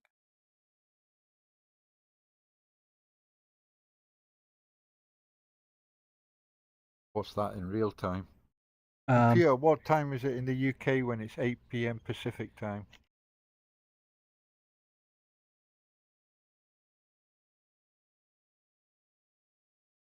A.m. Oh my gosh. Wait. I may not make it. That's No understandable. worries, Andy. That's fine. But yeah, anything that's done or talked about, we'll recapitulate into the chat so you can see what happened. Yeah. And all of our votes, the whole thing's run based on democracy, right? So all of our votes, we're making sure that there's enough time for people to respond. All right. Bad Milk, tell me about yourself. Not much to say. I've been here out of curiosity. Good job you're not a cat.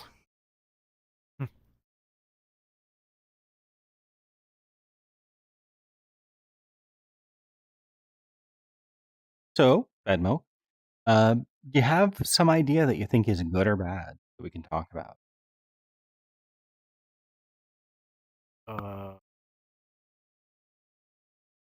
No, I mean, not anything I'm like dying to talk or discuss, honestly.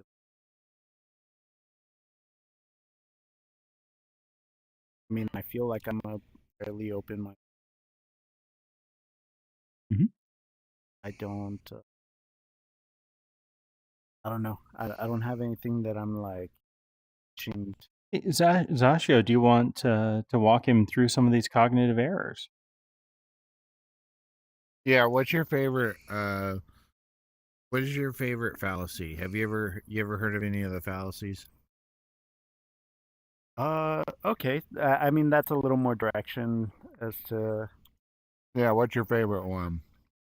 Let's see. I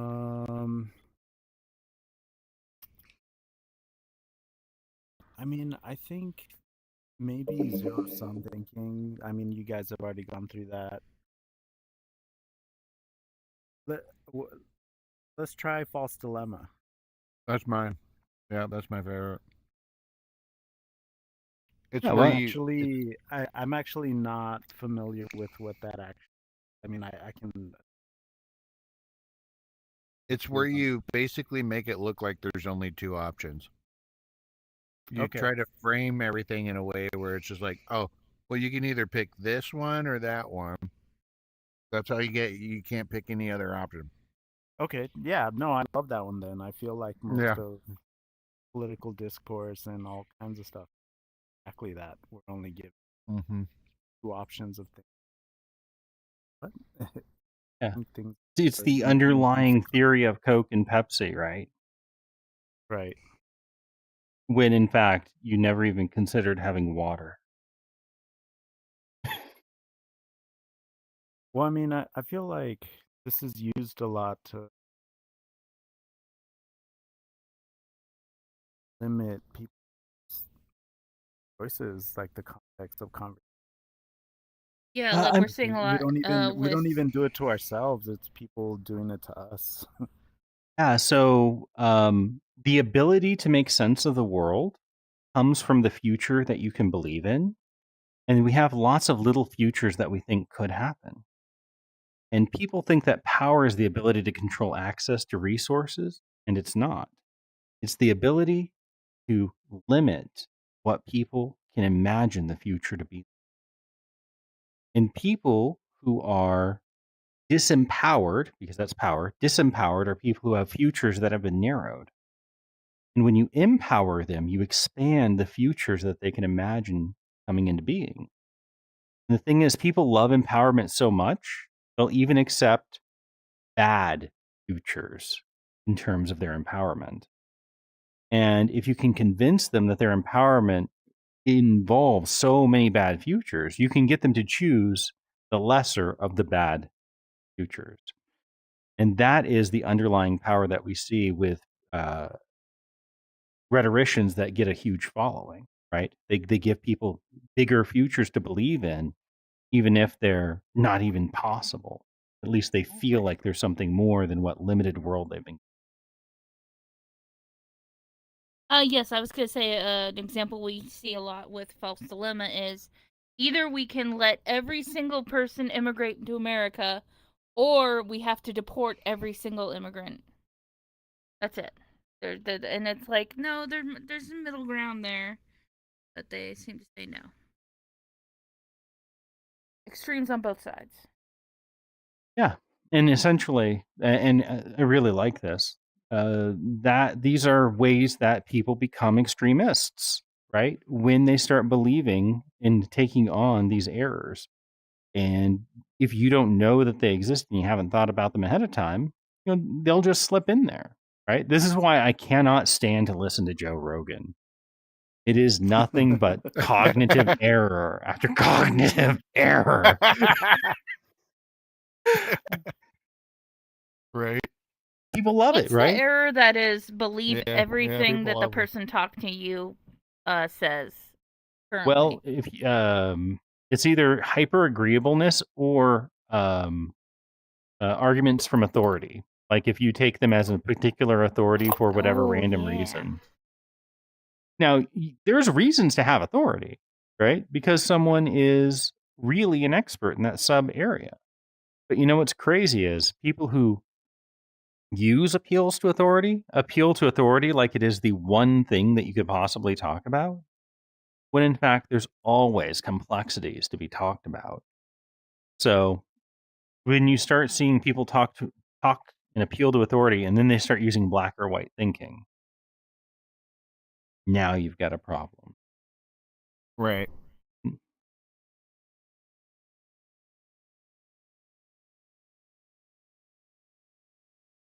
Got an idea. Yes. Hey, Jazz. So I would my claim would some conflicts can only be resolved. The violence of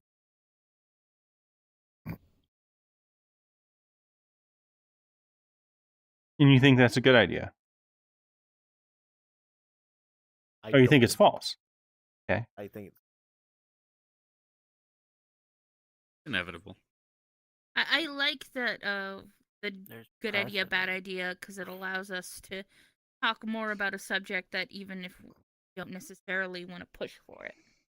Right. And it means that we can think through ideas without just dunking on people. Right.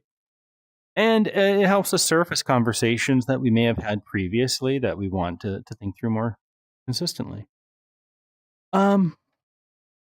So let's think about this idea that conflicts can only be solved through war. Someone interjected, it's inevitable, right? That was me. Yeah. Yeah. So let's go ahead and let, since you primed him, Jazz. Jazz, do you want to talk to Goose? sure. Great. So you Oh think yeah, it you can is stand next to him. Perfect time. you think it is inevitable when only conflicts could be resolved through violence? I think it's inevitable, yeah, because like as much as we see ourselves as thinking humans and we use logic and all of this kind of stuff, I also think that we're animals, and it's part of our evolution to have conflict. And we're still in the middle of this, and ideas are part of our evolution, and they're baked into our brains a lot due to the societies and that we've created and religions and so on. So I would say, as a growing and progressive society, I think that we can do away with violence and war. We can think through our ideas and actually talk through our differences, which would make, I think, in my opinion, would make us a better society. I'm pretty sure there are, some people that think otherwise, that think that only violence can only solve certain problems. But I think we can, if we're trying to progress as a society, we should be able to talk about our differences, in a nice and civil manner, and get past those differences. Of course, that's the ideal. But I don't necessarily think that's reality.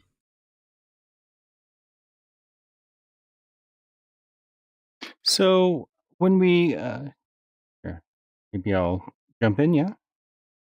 Yeah, go ahead. Yeah. Here, I'll talk to you. I just joined the room, so I don't even know what I'm getting myself into. It's great. So when you say either that's what reality is because we evolved that way, or not, right? That's not possible because that's idealistic. Is there possibly a spectrum here where people can go from doing things that are normalized and natural because we're animals to no longer doing those normalized natural things because we denormalize it, even though it remains part of nature? And then when that natural thing happens, we say, actually, no. Make that not normal. And we fight against it. Yeah, I think it depends on like the environmental pressures. So, natural resources, food resources, scarcity, other weird things that can happen, mating things, religious things. I don't think we've moved past those globally yet. So, but you can see it like in certain societies. But even like I'm an American, like within America, we see violence everywhere for these kinds of things.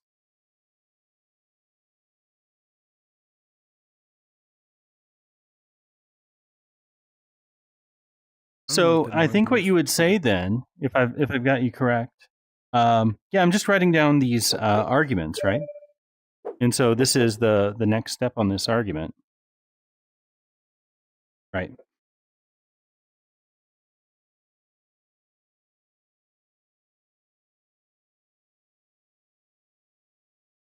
So we started off with this bad idea. Some conflicts can only be solved through war because it's inevitable, right? And the logic would be that there are some problems that just cannot be solved, right? Either they can be solved or they can't. And you have to have some sort of war to do this.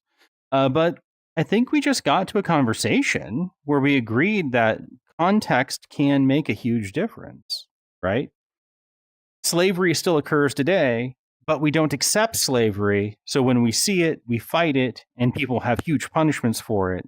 So at least in the US, there's substantially less slavery, right? And for thousands of years, people knew slavery was a bad thing, but they accepted it because, well, that's just how people are, right? And so I think I hear you saying maybe we can get to a point where society has progressed where they just do not tolerate, for example, war. It's getting that way. Yeah, what do you think nowadays? Yeah. Yeah, what do you think of that, Gooch? Well, I'm in the West, so I don't think that what I think applies like globally. Like even when you talk about like slavery, there's more slaves today than there were during American slavery. Of course, it's just we don't talk about it because we justify it because. But there's also more free people, right? Sure. Yeah, and like on a ratio basis, they're substantially. Sure. Yeah, and so certainly in the West. Nobody agrees that invading other countries is a good thing. That's vast majority don't really like that, but yet that's happening. So yeah, eventually it could just not be tolerated anymore. Right? Like what it used to be accepted that whoever the person was that was in charge, just trying to keep us on there. It used to be accepted that whoever was in charge would be a tyrant and there would be no checks against them, or whoever was in charge would use their power to enrich themselves intensely, right? And then we built norms against those things. And for example, the mayor of New York used his office to enrich himself, allegedly, And so now he's being brought up on charges for doing it, which is something that would have been unheard of just a couple hundred years ago, right? So things are perfectly Yeah, natural. it's still totally normal in other places around the world. Yeah. So exactly, Goose. So it's still part of human nature that in some places it can be mitigated and denormalized, right? So we can do that generally. And Goose, I think that goes on to a new question. Do you think that we can work internationally to do things? Mm-hmm. There's certain things that are gonna get us stuck, like religion, I think. Yeah.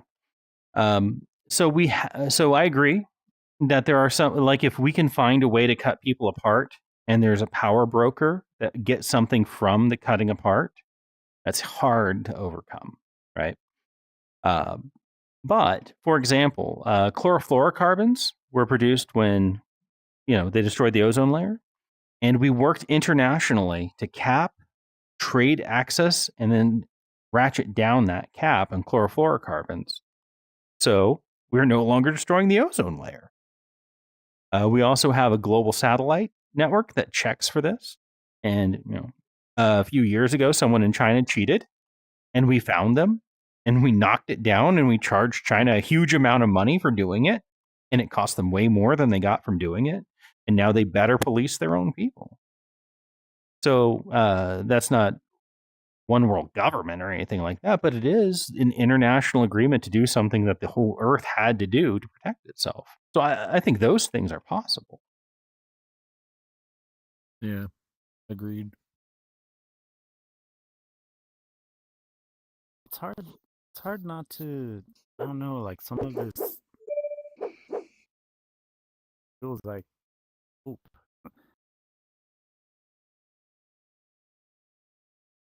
Kind of like, sure, we're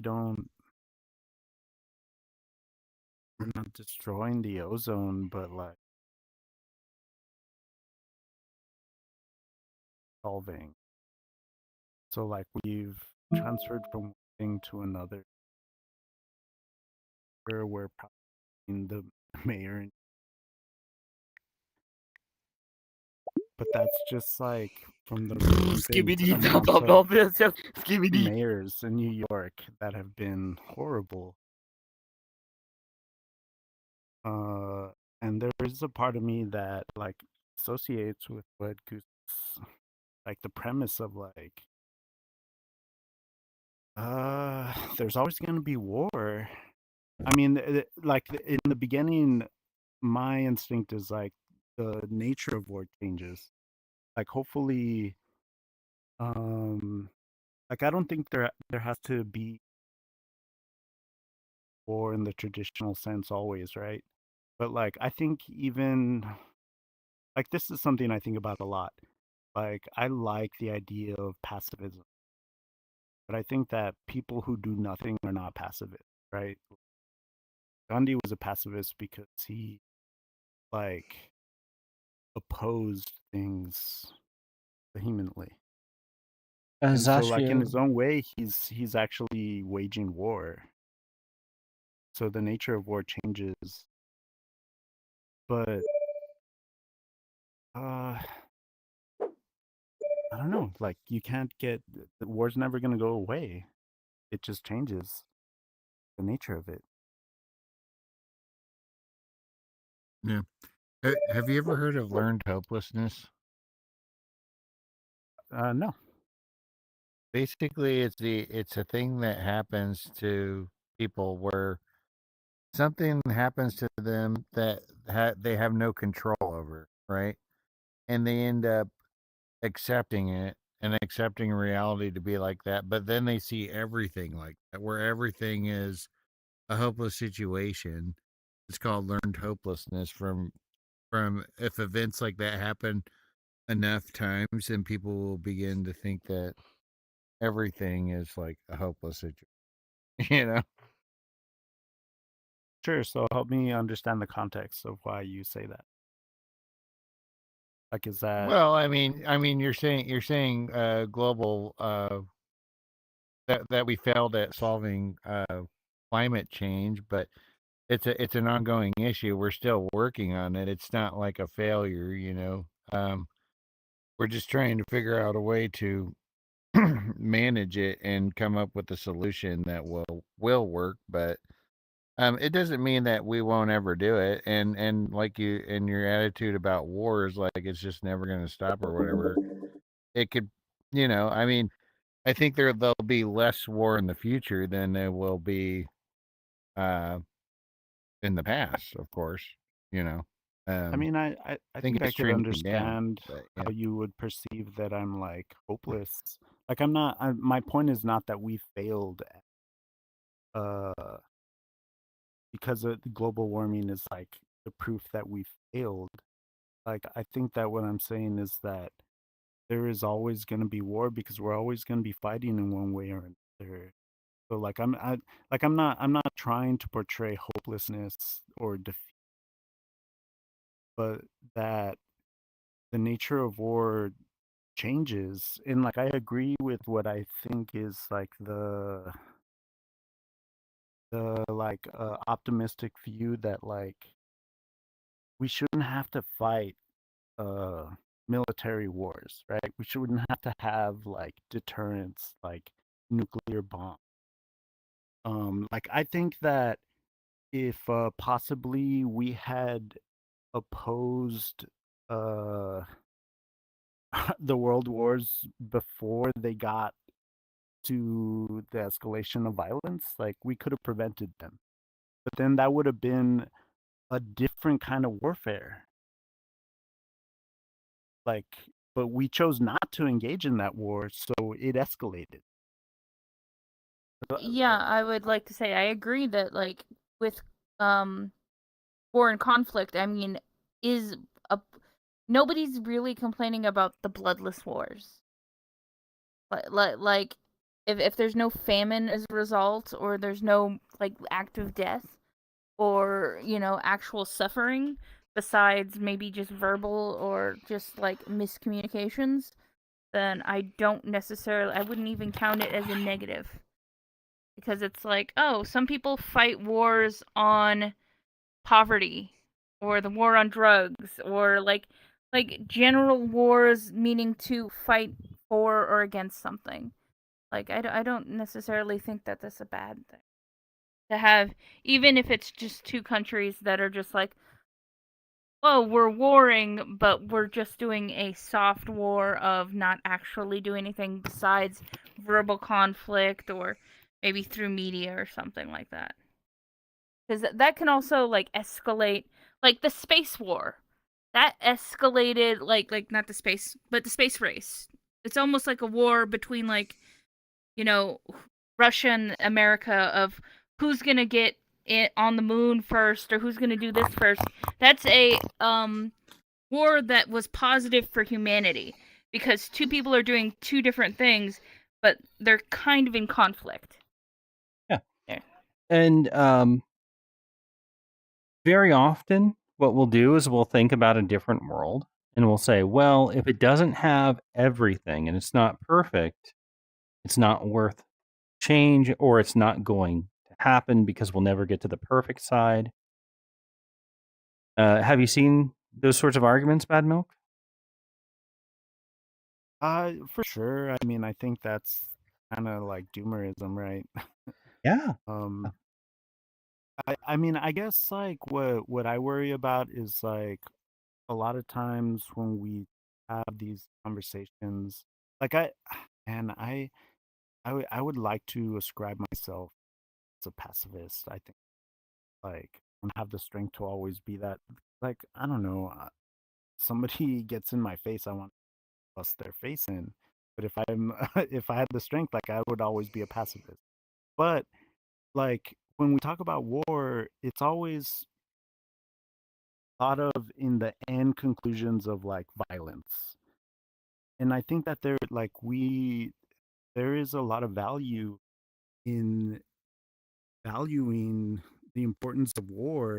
It's just that the war should be fought before it gets to the end result, which is violence. Like we need to be fighting for like adamantly to solve conflicts before it gets to that point. And it has to be, but that has to be a very conscious and like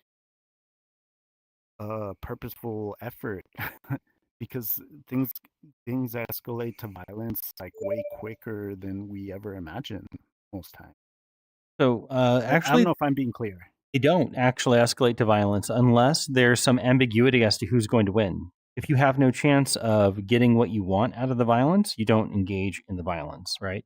It's only when, and if there's no chance of winning against the person who's getting what they want, there's no violence either because you just let them win. It's only when there's an ambiguous situation or people are just so desperate that they don't care if they lose, right? But even then, that's getting something out of the violence. So if we just didn't have Or religious or situations brainwashed. where, no, I mean, even the religious brainwashing is itself a kind of, am I going to get something out of this, right? There's a reason that we don't have holy wars, right? We don't think it would benefit anyone to have Islam and Christianity fight over which religion gets to continue existing. And if we did think that that would benefit, someone would try it, right? But that's only if that collective got together to do it. So if you don't have a collective to say this collective will win over this collective, then you don't have that kind of conflict. We'll see. Zasio. Or Oh, I was just gonna say, as far as wars go, I think just the way wars are fought are going to continue to evolve to where less humans will have to suffer as a result of it. Most of your wars in the future are all going to be financial based. I don't think there's going to be much missiles, bombs. You're going to see a little bit more drone activity and stuff, but I really don't see traditional like World War II type of warfare actually lasting much longer. I don't think. But financial wars hurt humans. What up, Dr. Sayers? Like, the Ukraine war is fought. Yeah, through yeah. Like I drones. say, the war's still here. It's just not as violent against humans. That's all. Oh, a lot of people are dying. Well, yeah, obviously. so the number of wars and the people dying from war was incredibly low. Even with Ukraine war, it's incredibly low worldwide. And part of that is because, exactly as Ashio is pointing out, we're trading. And when nations who trade with each other have something to lose when they Turns fight into each money other. war. Yeah. And even then, if if everyone agrees to punish the person engaged in the money war, then that person doesn't do that anymore, right? And Well, like sanctions don't work. sanctions absolutely work. Yeah, yeah. So like I'm 40 now. I remember when I was really, I mean, I was young. I was probably in my teens, if I remember correct.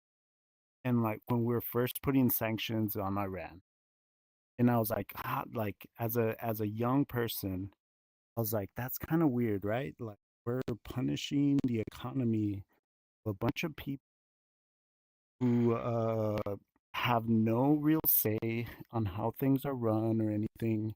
But they're like the price of bread is expensive. Like their lives come harder. And the government is just going to continue to do whatever they want. Like nothing's changed. But they from when I was a didn't. kid from that. Nothing has changed. Like we still have the sanctions. We've never lifted them. Our relationship with When you them were is not 20, any better. when you were 18, Iran was approximately 6 years out from a nuclear program.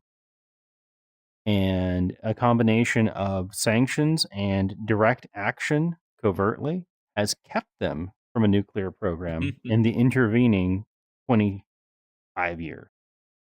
Yeah. Sure. Like, I mean, I don't know how to quantify Similarly, that. South Africa had apartheid and when they were no longer a necessary part of the American empire in fighting against the Warsaw Pact, sanctions against them got them to end their apartheid system. Further, actual labor internally and externally stopped India being imperialized by the British, and micro sanctions, like not international, but just not buying grapes unless they were unionized, allowed the grape pickers to unionize under Cesar Chavez. The economic sanctions that we put on different nations absolutely hurt the individual and the small person more, though. However, no nation can exist without the consent of the governed, at least to try and continue surviving.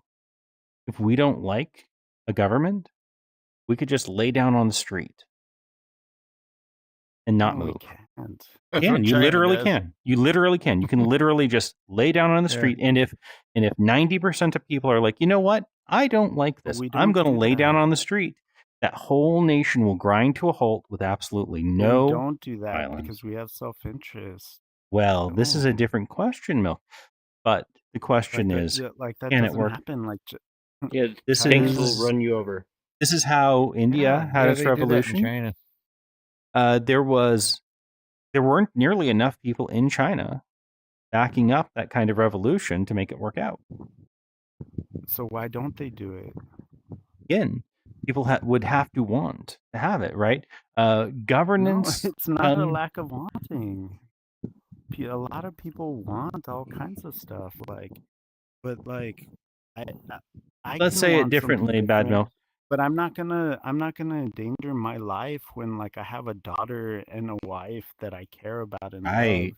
Like, And no, I and don't you wanna, shouldn't, like, right? You shouldn't. like But put if myself on the play myself on the street. if everyone with a 401k plan said either we end, let's say, police brutality, or I'm going to pull my money out of the 401k and put it in cash, that would absolutely decimate the American economy. All of those people would still have their money. It would create a run on the stock market where everyone would try and get out at the same time. And Or they if there were a national strike, that would instantly solve. And we've seen any- national strikes do things like that. Right, and capitalism would end. So And- why don't we do that? Yeah, definitely. Well, it's definitely better to work together collectively we to want get your that. voice heard and show that you have collective power than it is to be violent in any way. Because what violence does, and just like every system that exists has its own immune system to keep it the way it is. If it didn't have that, it would have changed already. So the real question you're asking is, where's That's that not immune? true. Where's that immune system coming from? Who's turning into Agent Smith to fight Neo when he talks about how the world is made out of the Matrix, right? That's not a good point. We build in, every system builds in its own opposition. So, I mean, sure. I mean, I can agree Correct. with that, like, like 100%. But I think that that kind of argument isn't fair when a lot of people are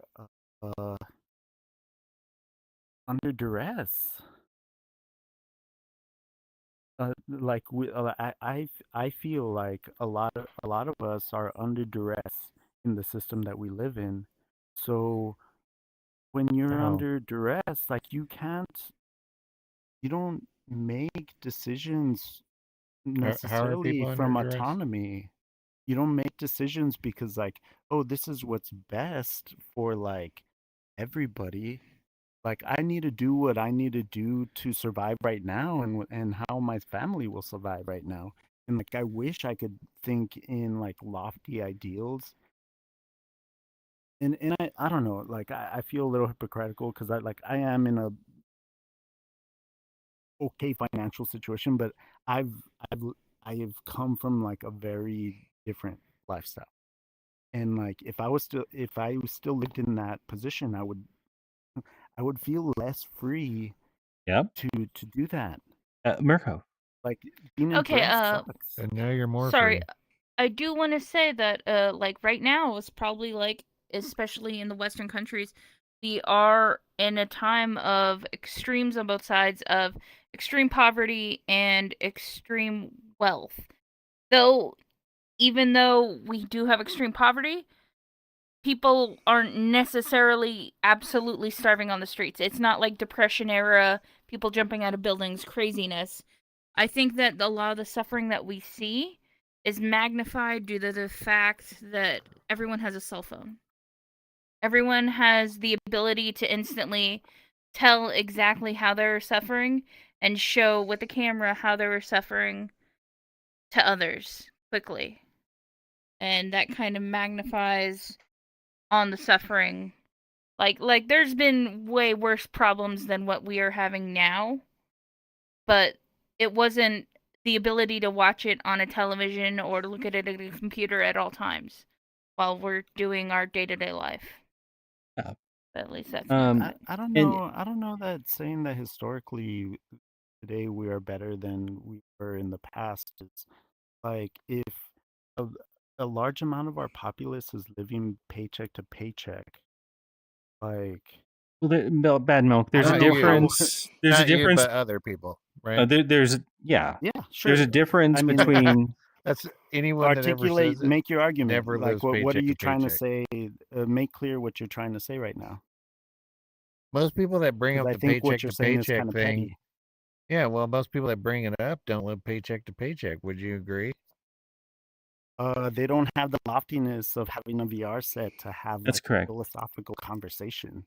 Yes. So, what's your So, point? in my experience, the people who are barely getting by aren't, and this rhetoric of paycheck to paycheck, everyone is if they spend all their last paycheck, right? What we're really concerned about is people who aren't able to make their needs, right? That's a lot of people. That's And what it's an that is describing. incredible Like number most of people people, don't. and it's a number of people that's going up because we used to have a minimum wage that was $7.25 an hour.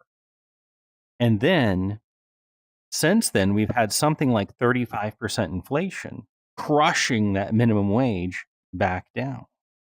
And so while the economy has come back after COVID, it hasn't come back for the minimum wage worker because that minimum wage in states with the federal minimum wage has gone down substantially in real.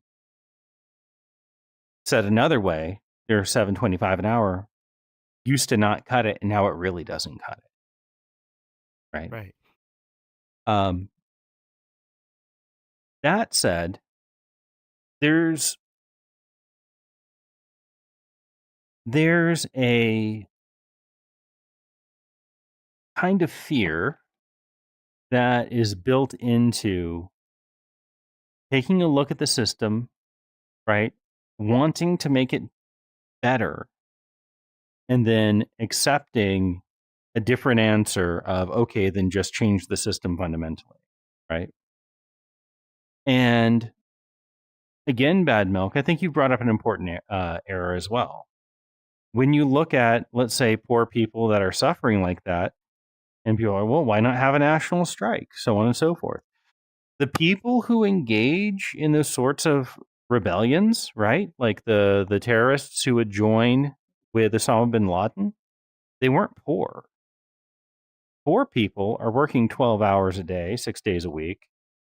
They can't afford to fly to another country to go to a boot camp to join the Taliban.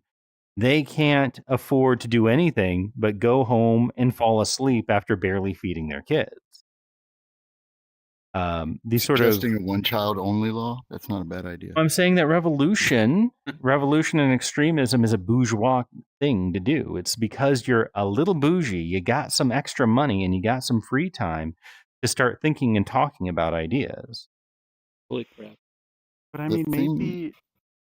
Sorry, go ahead. I don't want to monopolize the argument. On the no, other just- hand, yo, yeah, being aware of your and the time it takes to become aware of your circumstances instead of just run on a treadmill to barely keep. People can know, they can have this sense, oh, there's something wrong, and then I'll vote for whoever's saying there's something wrong with the system, right? But they're not able to find an answer like what will fix this. Instead, they're just looking for someone to say, oh, there's something wrong, I'll fix it. Because they don't know what Zoning will is a- fix it. If you change the voter requirements to like something like land or business ownership, it would eliminate a lot of people that are susceptible to being lied to. The right to vote is the ability to be manipulated. I don't know why so So- many people like to do it. The fact is that all of us I are like it. subject to similar cognitive errors, right?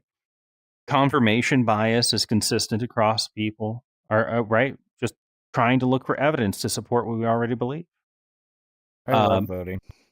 Yeah. My favorite. Attribution The only thing I don't like errors, about- like saying that an individual made that choice without taking into the context, which is what Bad Milk was pointing out, was going on, an attribution error, or saying that an entire group of people is just like that without considering the actual social situation around that group. Substitution errors, every one of us goes for a faster answer rather than fully thinking through the question. But like We do these if it's okay, so if I accept the premise that like it's bougie people that are trying to change the system because poor people don't have time to. Yep. Then like that's a very convenient situation to have most of the populace be impoverished and not have the time to actually think about and stand up for their own rights. Is it convenient? It's convenient for the maintenance of the system, right? Yeah, it's convenient for the system, not for the people. Right. Like, and so and then to like, because I do feel like the finger is being pointed at me for like bringing something up because I happen to have free time. But I think that if we follow that argument, if we gave everybody free time, they would be doing the same thing then. That they would be doing something meaningful to themselves, right? And if we take a look at where the wealth has gone, we can see that since 1980, we've had an incredible amount of increase in wealth, but we haven't seen an incredible increase in the purchasing power of someone, for example, without a college diploma. It's been about flat. Now, the number of people with college diplomas has gone up, and that's where some of the wealth has gone. But the majority has gone into the stock market. Yeah, and like, what is it like? Get the statistics. Like the amount of people who actually own like 80% of stocks is like a handful of people comparatively to the populace of this country. And so, I own stocks. the trade, well, half The of the population owns some you don't own stocks. anything compared to like I love Right. stocks. Yeah, we I like have. voting. No, I I'm love not. I'm not stocks. arguing against stocks. You're I not like listening to democracy. Jeff. I am. But let's go over to what we can do. If we want to make it fair for the people that are laboring, we can do what we did last time. We had a great increase in productivity and reduce how much each person works. If you give everybody, nobody likes Mondays, right? I have a solution. How about Dr. Mondays Sayers. off? Can Yeah? I propose my solution? What I'm saying is that we just do universal basic income for everyone, and we basically give everyone just like poverty line level money, right? Stakeholder And I model. think that will allow people to make better decisions, be more rational, lower the crime rate. Equitism. The list goes on and on. It would solve homelessness. Homelessness wouldn't be a thing in LA anymore. So, Zasho, when you talk about that, what we end up with is the liberal ideal problem, right? Where the ideal is to just do enough to keep the system from falling apart instead of Amen. rethinking the system. So If, for Well, example, I mean, it's different than what we usually do, but we're really good at sending the money out because we did it with the what during what's it called? COVID. With the stimulus checks. Yeah, yeah. And that was directly tied to people's bank accounts. Imagine doing that every single month, just a tiny little bit of money. I mean, it would be enough to be life-changing for an incredible number of people, not in that they would stop working, right? But in that they would feel Well, yeah, you comfortable wouldn't in be able to live working. comfortably off it. That's right. They would Well, feel I'm good just about saying working. the universe, yeah, the income is just there to keep you from being homeless, basically. It's there And to it should go to everybody. Jeff Yeah. Bezos should get his universal basic income check. And I'm not worried Yes, about Jeff getting a universal basic income check. We're going to tax it on him on the other side and then some, right? If you want to make a, if Oh you want to yeah, make I'm a not real, saying get rid of the tax, of course. if you want to Keep make a real everything. change, profit incentive made land accessible to everyone. So you would have to come up with something that would make capital more accessible to more people with a different sort of behavior. Like you would have to incentivize something else that gave you more value than, like it used to be land, now it's money. So you have to come up with something. Yeah, it seems be pretty your goal. simple. You have stock that is whatever profit in some portion of that stock just goes to the people that are working there. Well, I mean, something like Hmm. it would end up being kill count on not that, but it would be some other sort of value structure that also translates it into what we. Does that make sense? So actually, profit incentive- Advocate, we've done that. We've done that amongst people who do research. No one gets extra money for having done great research. Maybe a little here and there, but it's not about that. It's about the citations and the respect and people knowing that you've added to our collective knowledge. So if you set up a system of prestige within the various professions, people will work for that prestige, even if the money is fairly similar. I would think it's more like an emergent quality you would want to you would want to go for something that so like the system of loans and interest grew capital and opportunity. Something else could potentially, something more frugal would make that accessible. Like we had a hierarchy over land or something like that before we had capitalism. So loosely, I don't mean that directly, but there was a paradigm shift. I think there's a parallel that we can draw here, and I think most people here aren't completely following you, Advocate, and I would say it's probably because you've been thinking about these things, but you haven't put in the time to translate it back into something that can be articulated. However, in the same way that we had an aristocracy over land, and then the Industrial Revolution came with it the merchant class that now bought and sold land, right? Democratizing it to the merchant class, creating a third estate, right? So third party, an arbitrator. Yeah, well, so too, it seems that professionalism itself is falling into this category. We didn't call them lords, but we certainly have proper title to being a lawyer, proper title, right, to being an accountant or a doctor or an engineer, right?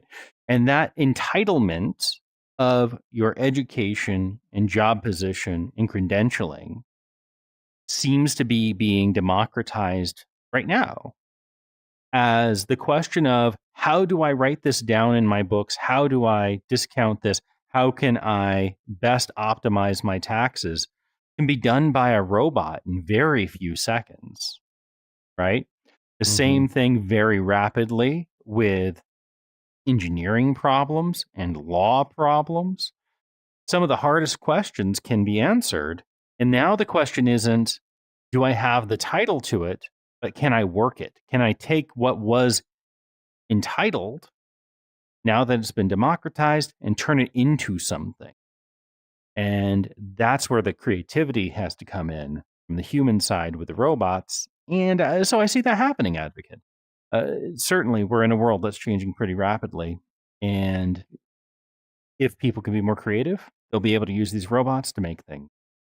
For sure, you could replicate a multi-million-dollar business right now over the weekend by just asking the robot from scratch, how do I set up this business?